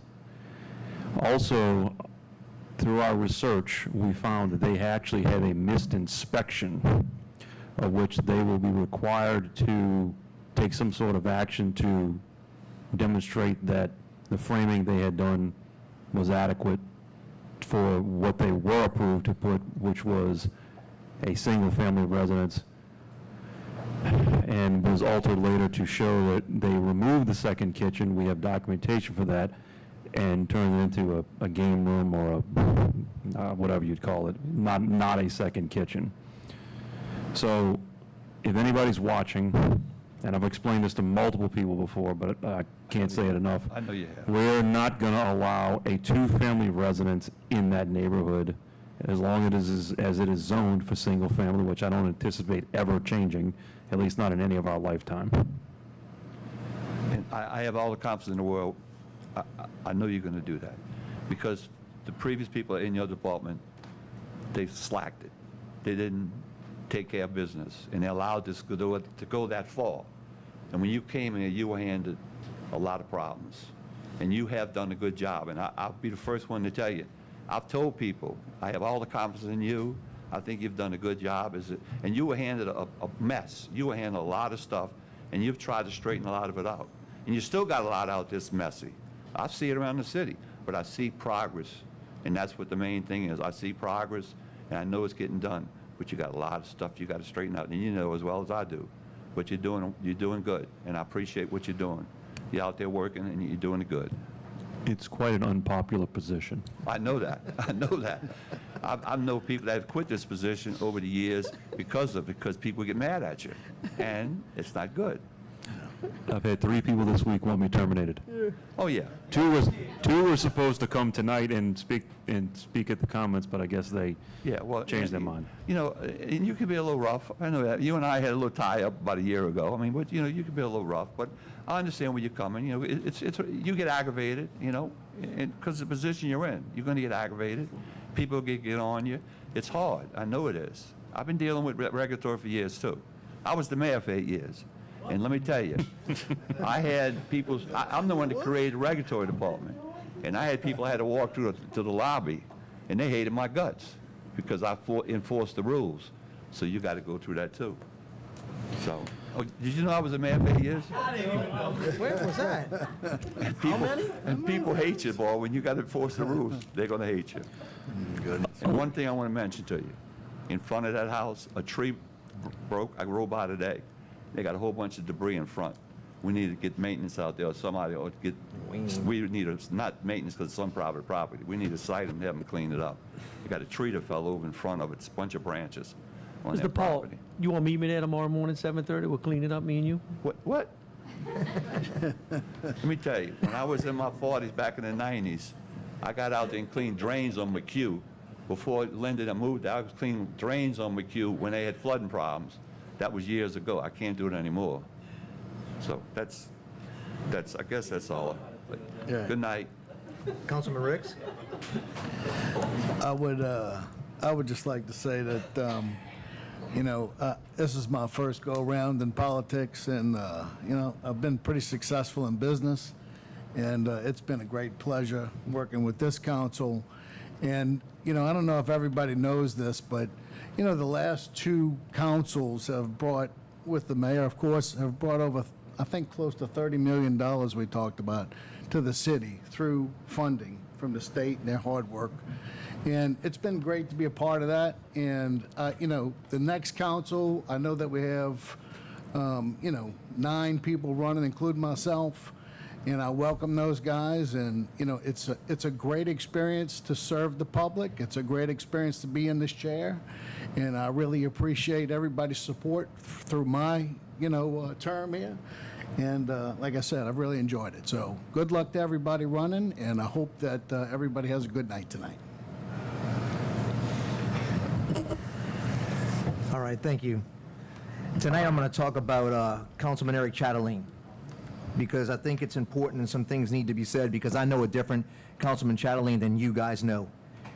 I know the Councilman Chatelain, the first time I met him 16, 17 years ago, we pulling sewer pipe through somebody's backyard at about 3 or 4 o'clock in the morning, dogs attacking us and all kind of stuff. I think it was one of the first times I ever really met you. And I'm like, man, this guy, he's going to set the bar for me on how hard I got to work, right? And I never forgot that, and I think pretty much after that night, we became really, really close best friends, and then Councilman Chatelain actually stood in my wedding. And then years after that, and this is something I want people to know, because I know the man, not the councilman. When hurricanes hit, and Hurricane Ida hit, we were the first city back up and rolling. And let me tell you something, we would have not been there if not for Councilman Chatelain and his company and his business. Because they come through this city and they go through ahead of all of us. First of all, he got me out to bed at 4 o'clock in the morning, got my generator back going. So, look, he was already a winner in my book, right? So then him and his team will go through this city and they tell us what power lines we can touch and which ones we can't. So we know which direction to go to get the debris out of the way, because as quick as we can get the debris out of the way, as quick as we can get energy in here. Because true recovery does not start until we get power back on. And that's the man that I know, the man that, and let me tell you, that's some dangerous stuff. I mean, some of this stuff's hot on the ground. If you in puddles, you on tree branches, and tree branches are wet, by the way, and they conduct. And for him, and I'm going to say, and I know this may be aspirational, but that's putting their life on the line to get this city back rolling again. So from sewer manholes and sewer work, from us doing this together, geez, we've been down the road a long way, huh? And coming with me all over the Baton Rouge and the state, and and helping us get these storms back up and rolling. I got to tell you, he's the only candidate I think at this moment in time that is certainly ready to be the mayor and take the helm of this city. And I know I'm going to leave him big shoes to fill, but I can tell you this: he's been in every step of it with me, every step along the way. And so he knows what to do. He knows how to keep the city moving. We got some great things going. He's been a part of all of it, and I'm truly excited to call him my friend. And I'm truly excited to ask you, please vote for Councilman Chatelain, because he is the only guy that's going to be able to move this city in a true renaissance that we have been seeing today. And I really would wish you all the luck, and you have my support 1,000,000%. Thank you. Thank you. Madam Clerk? I'm ready. Pay bills. Bills paid in July 2026. Total expenditures, $494,254.44. No executive session. Adjourn. Move to adjourn. All right, we have a motion by Councilman Asbill, second by Councilman Riggs. I'm going to second by Councilman Johnson tonight to adjourn. All in favor? Second it. All in favor? I want to stay a little longer. I can't.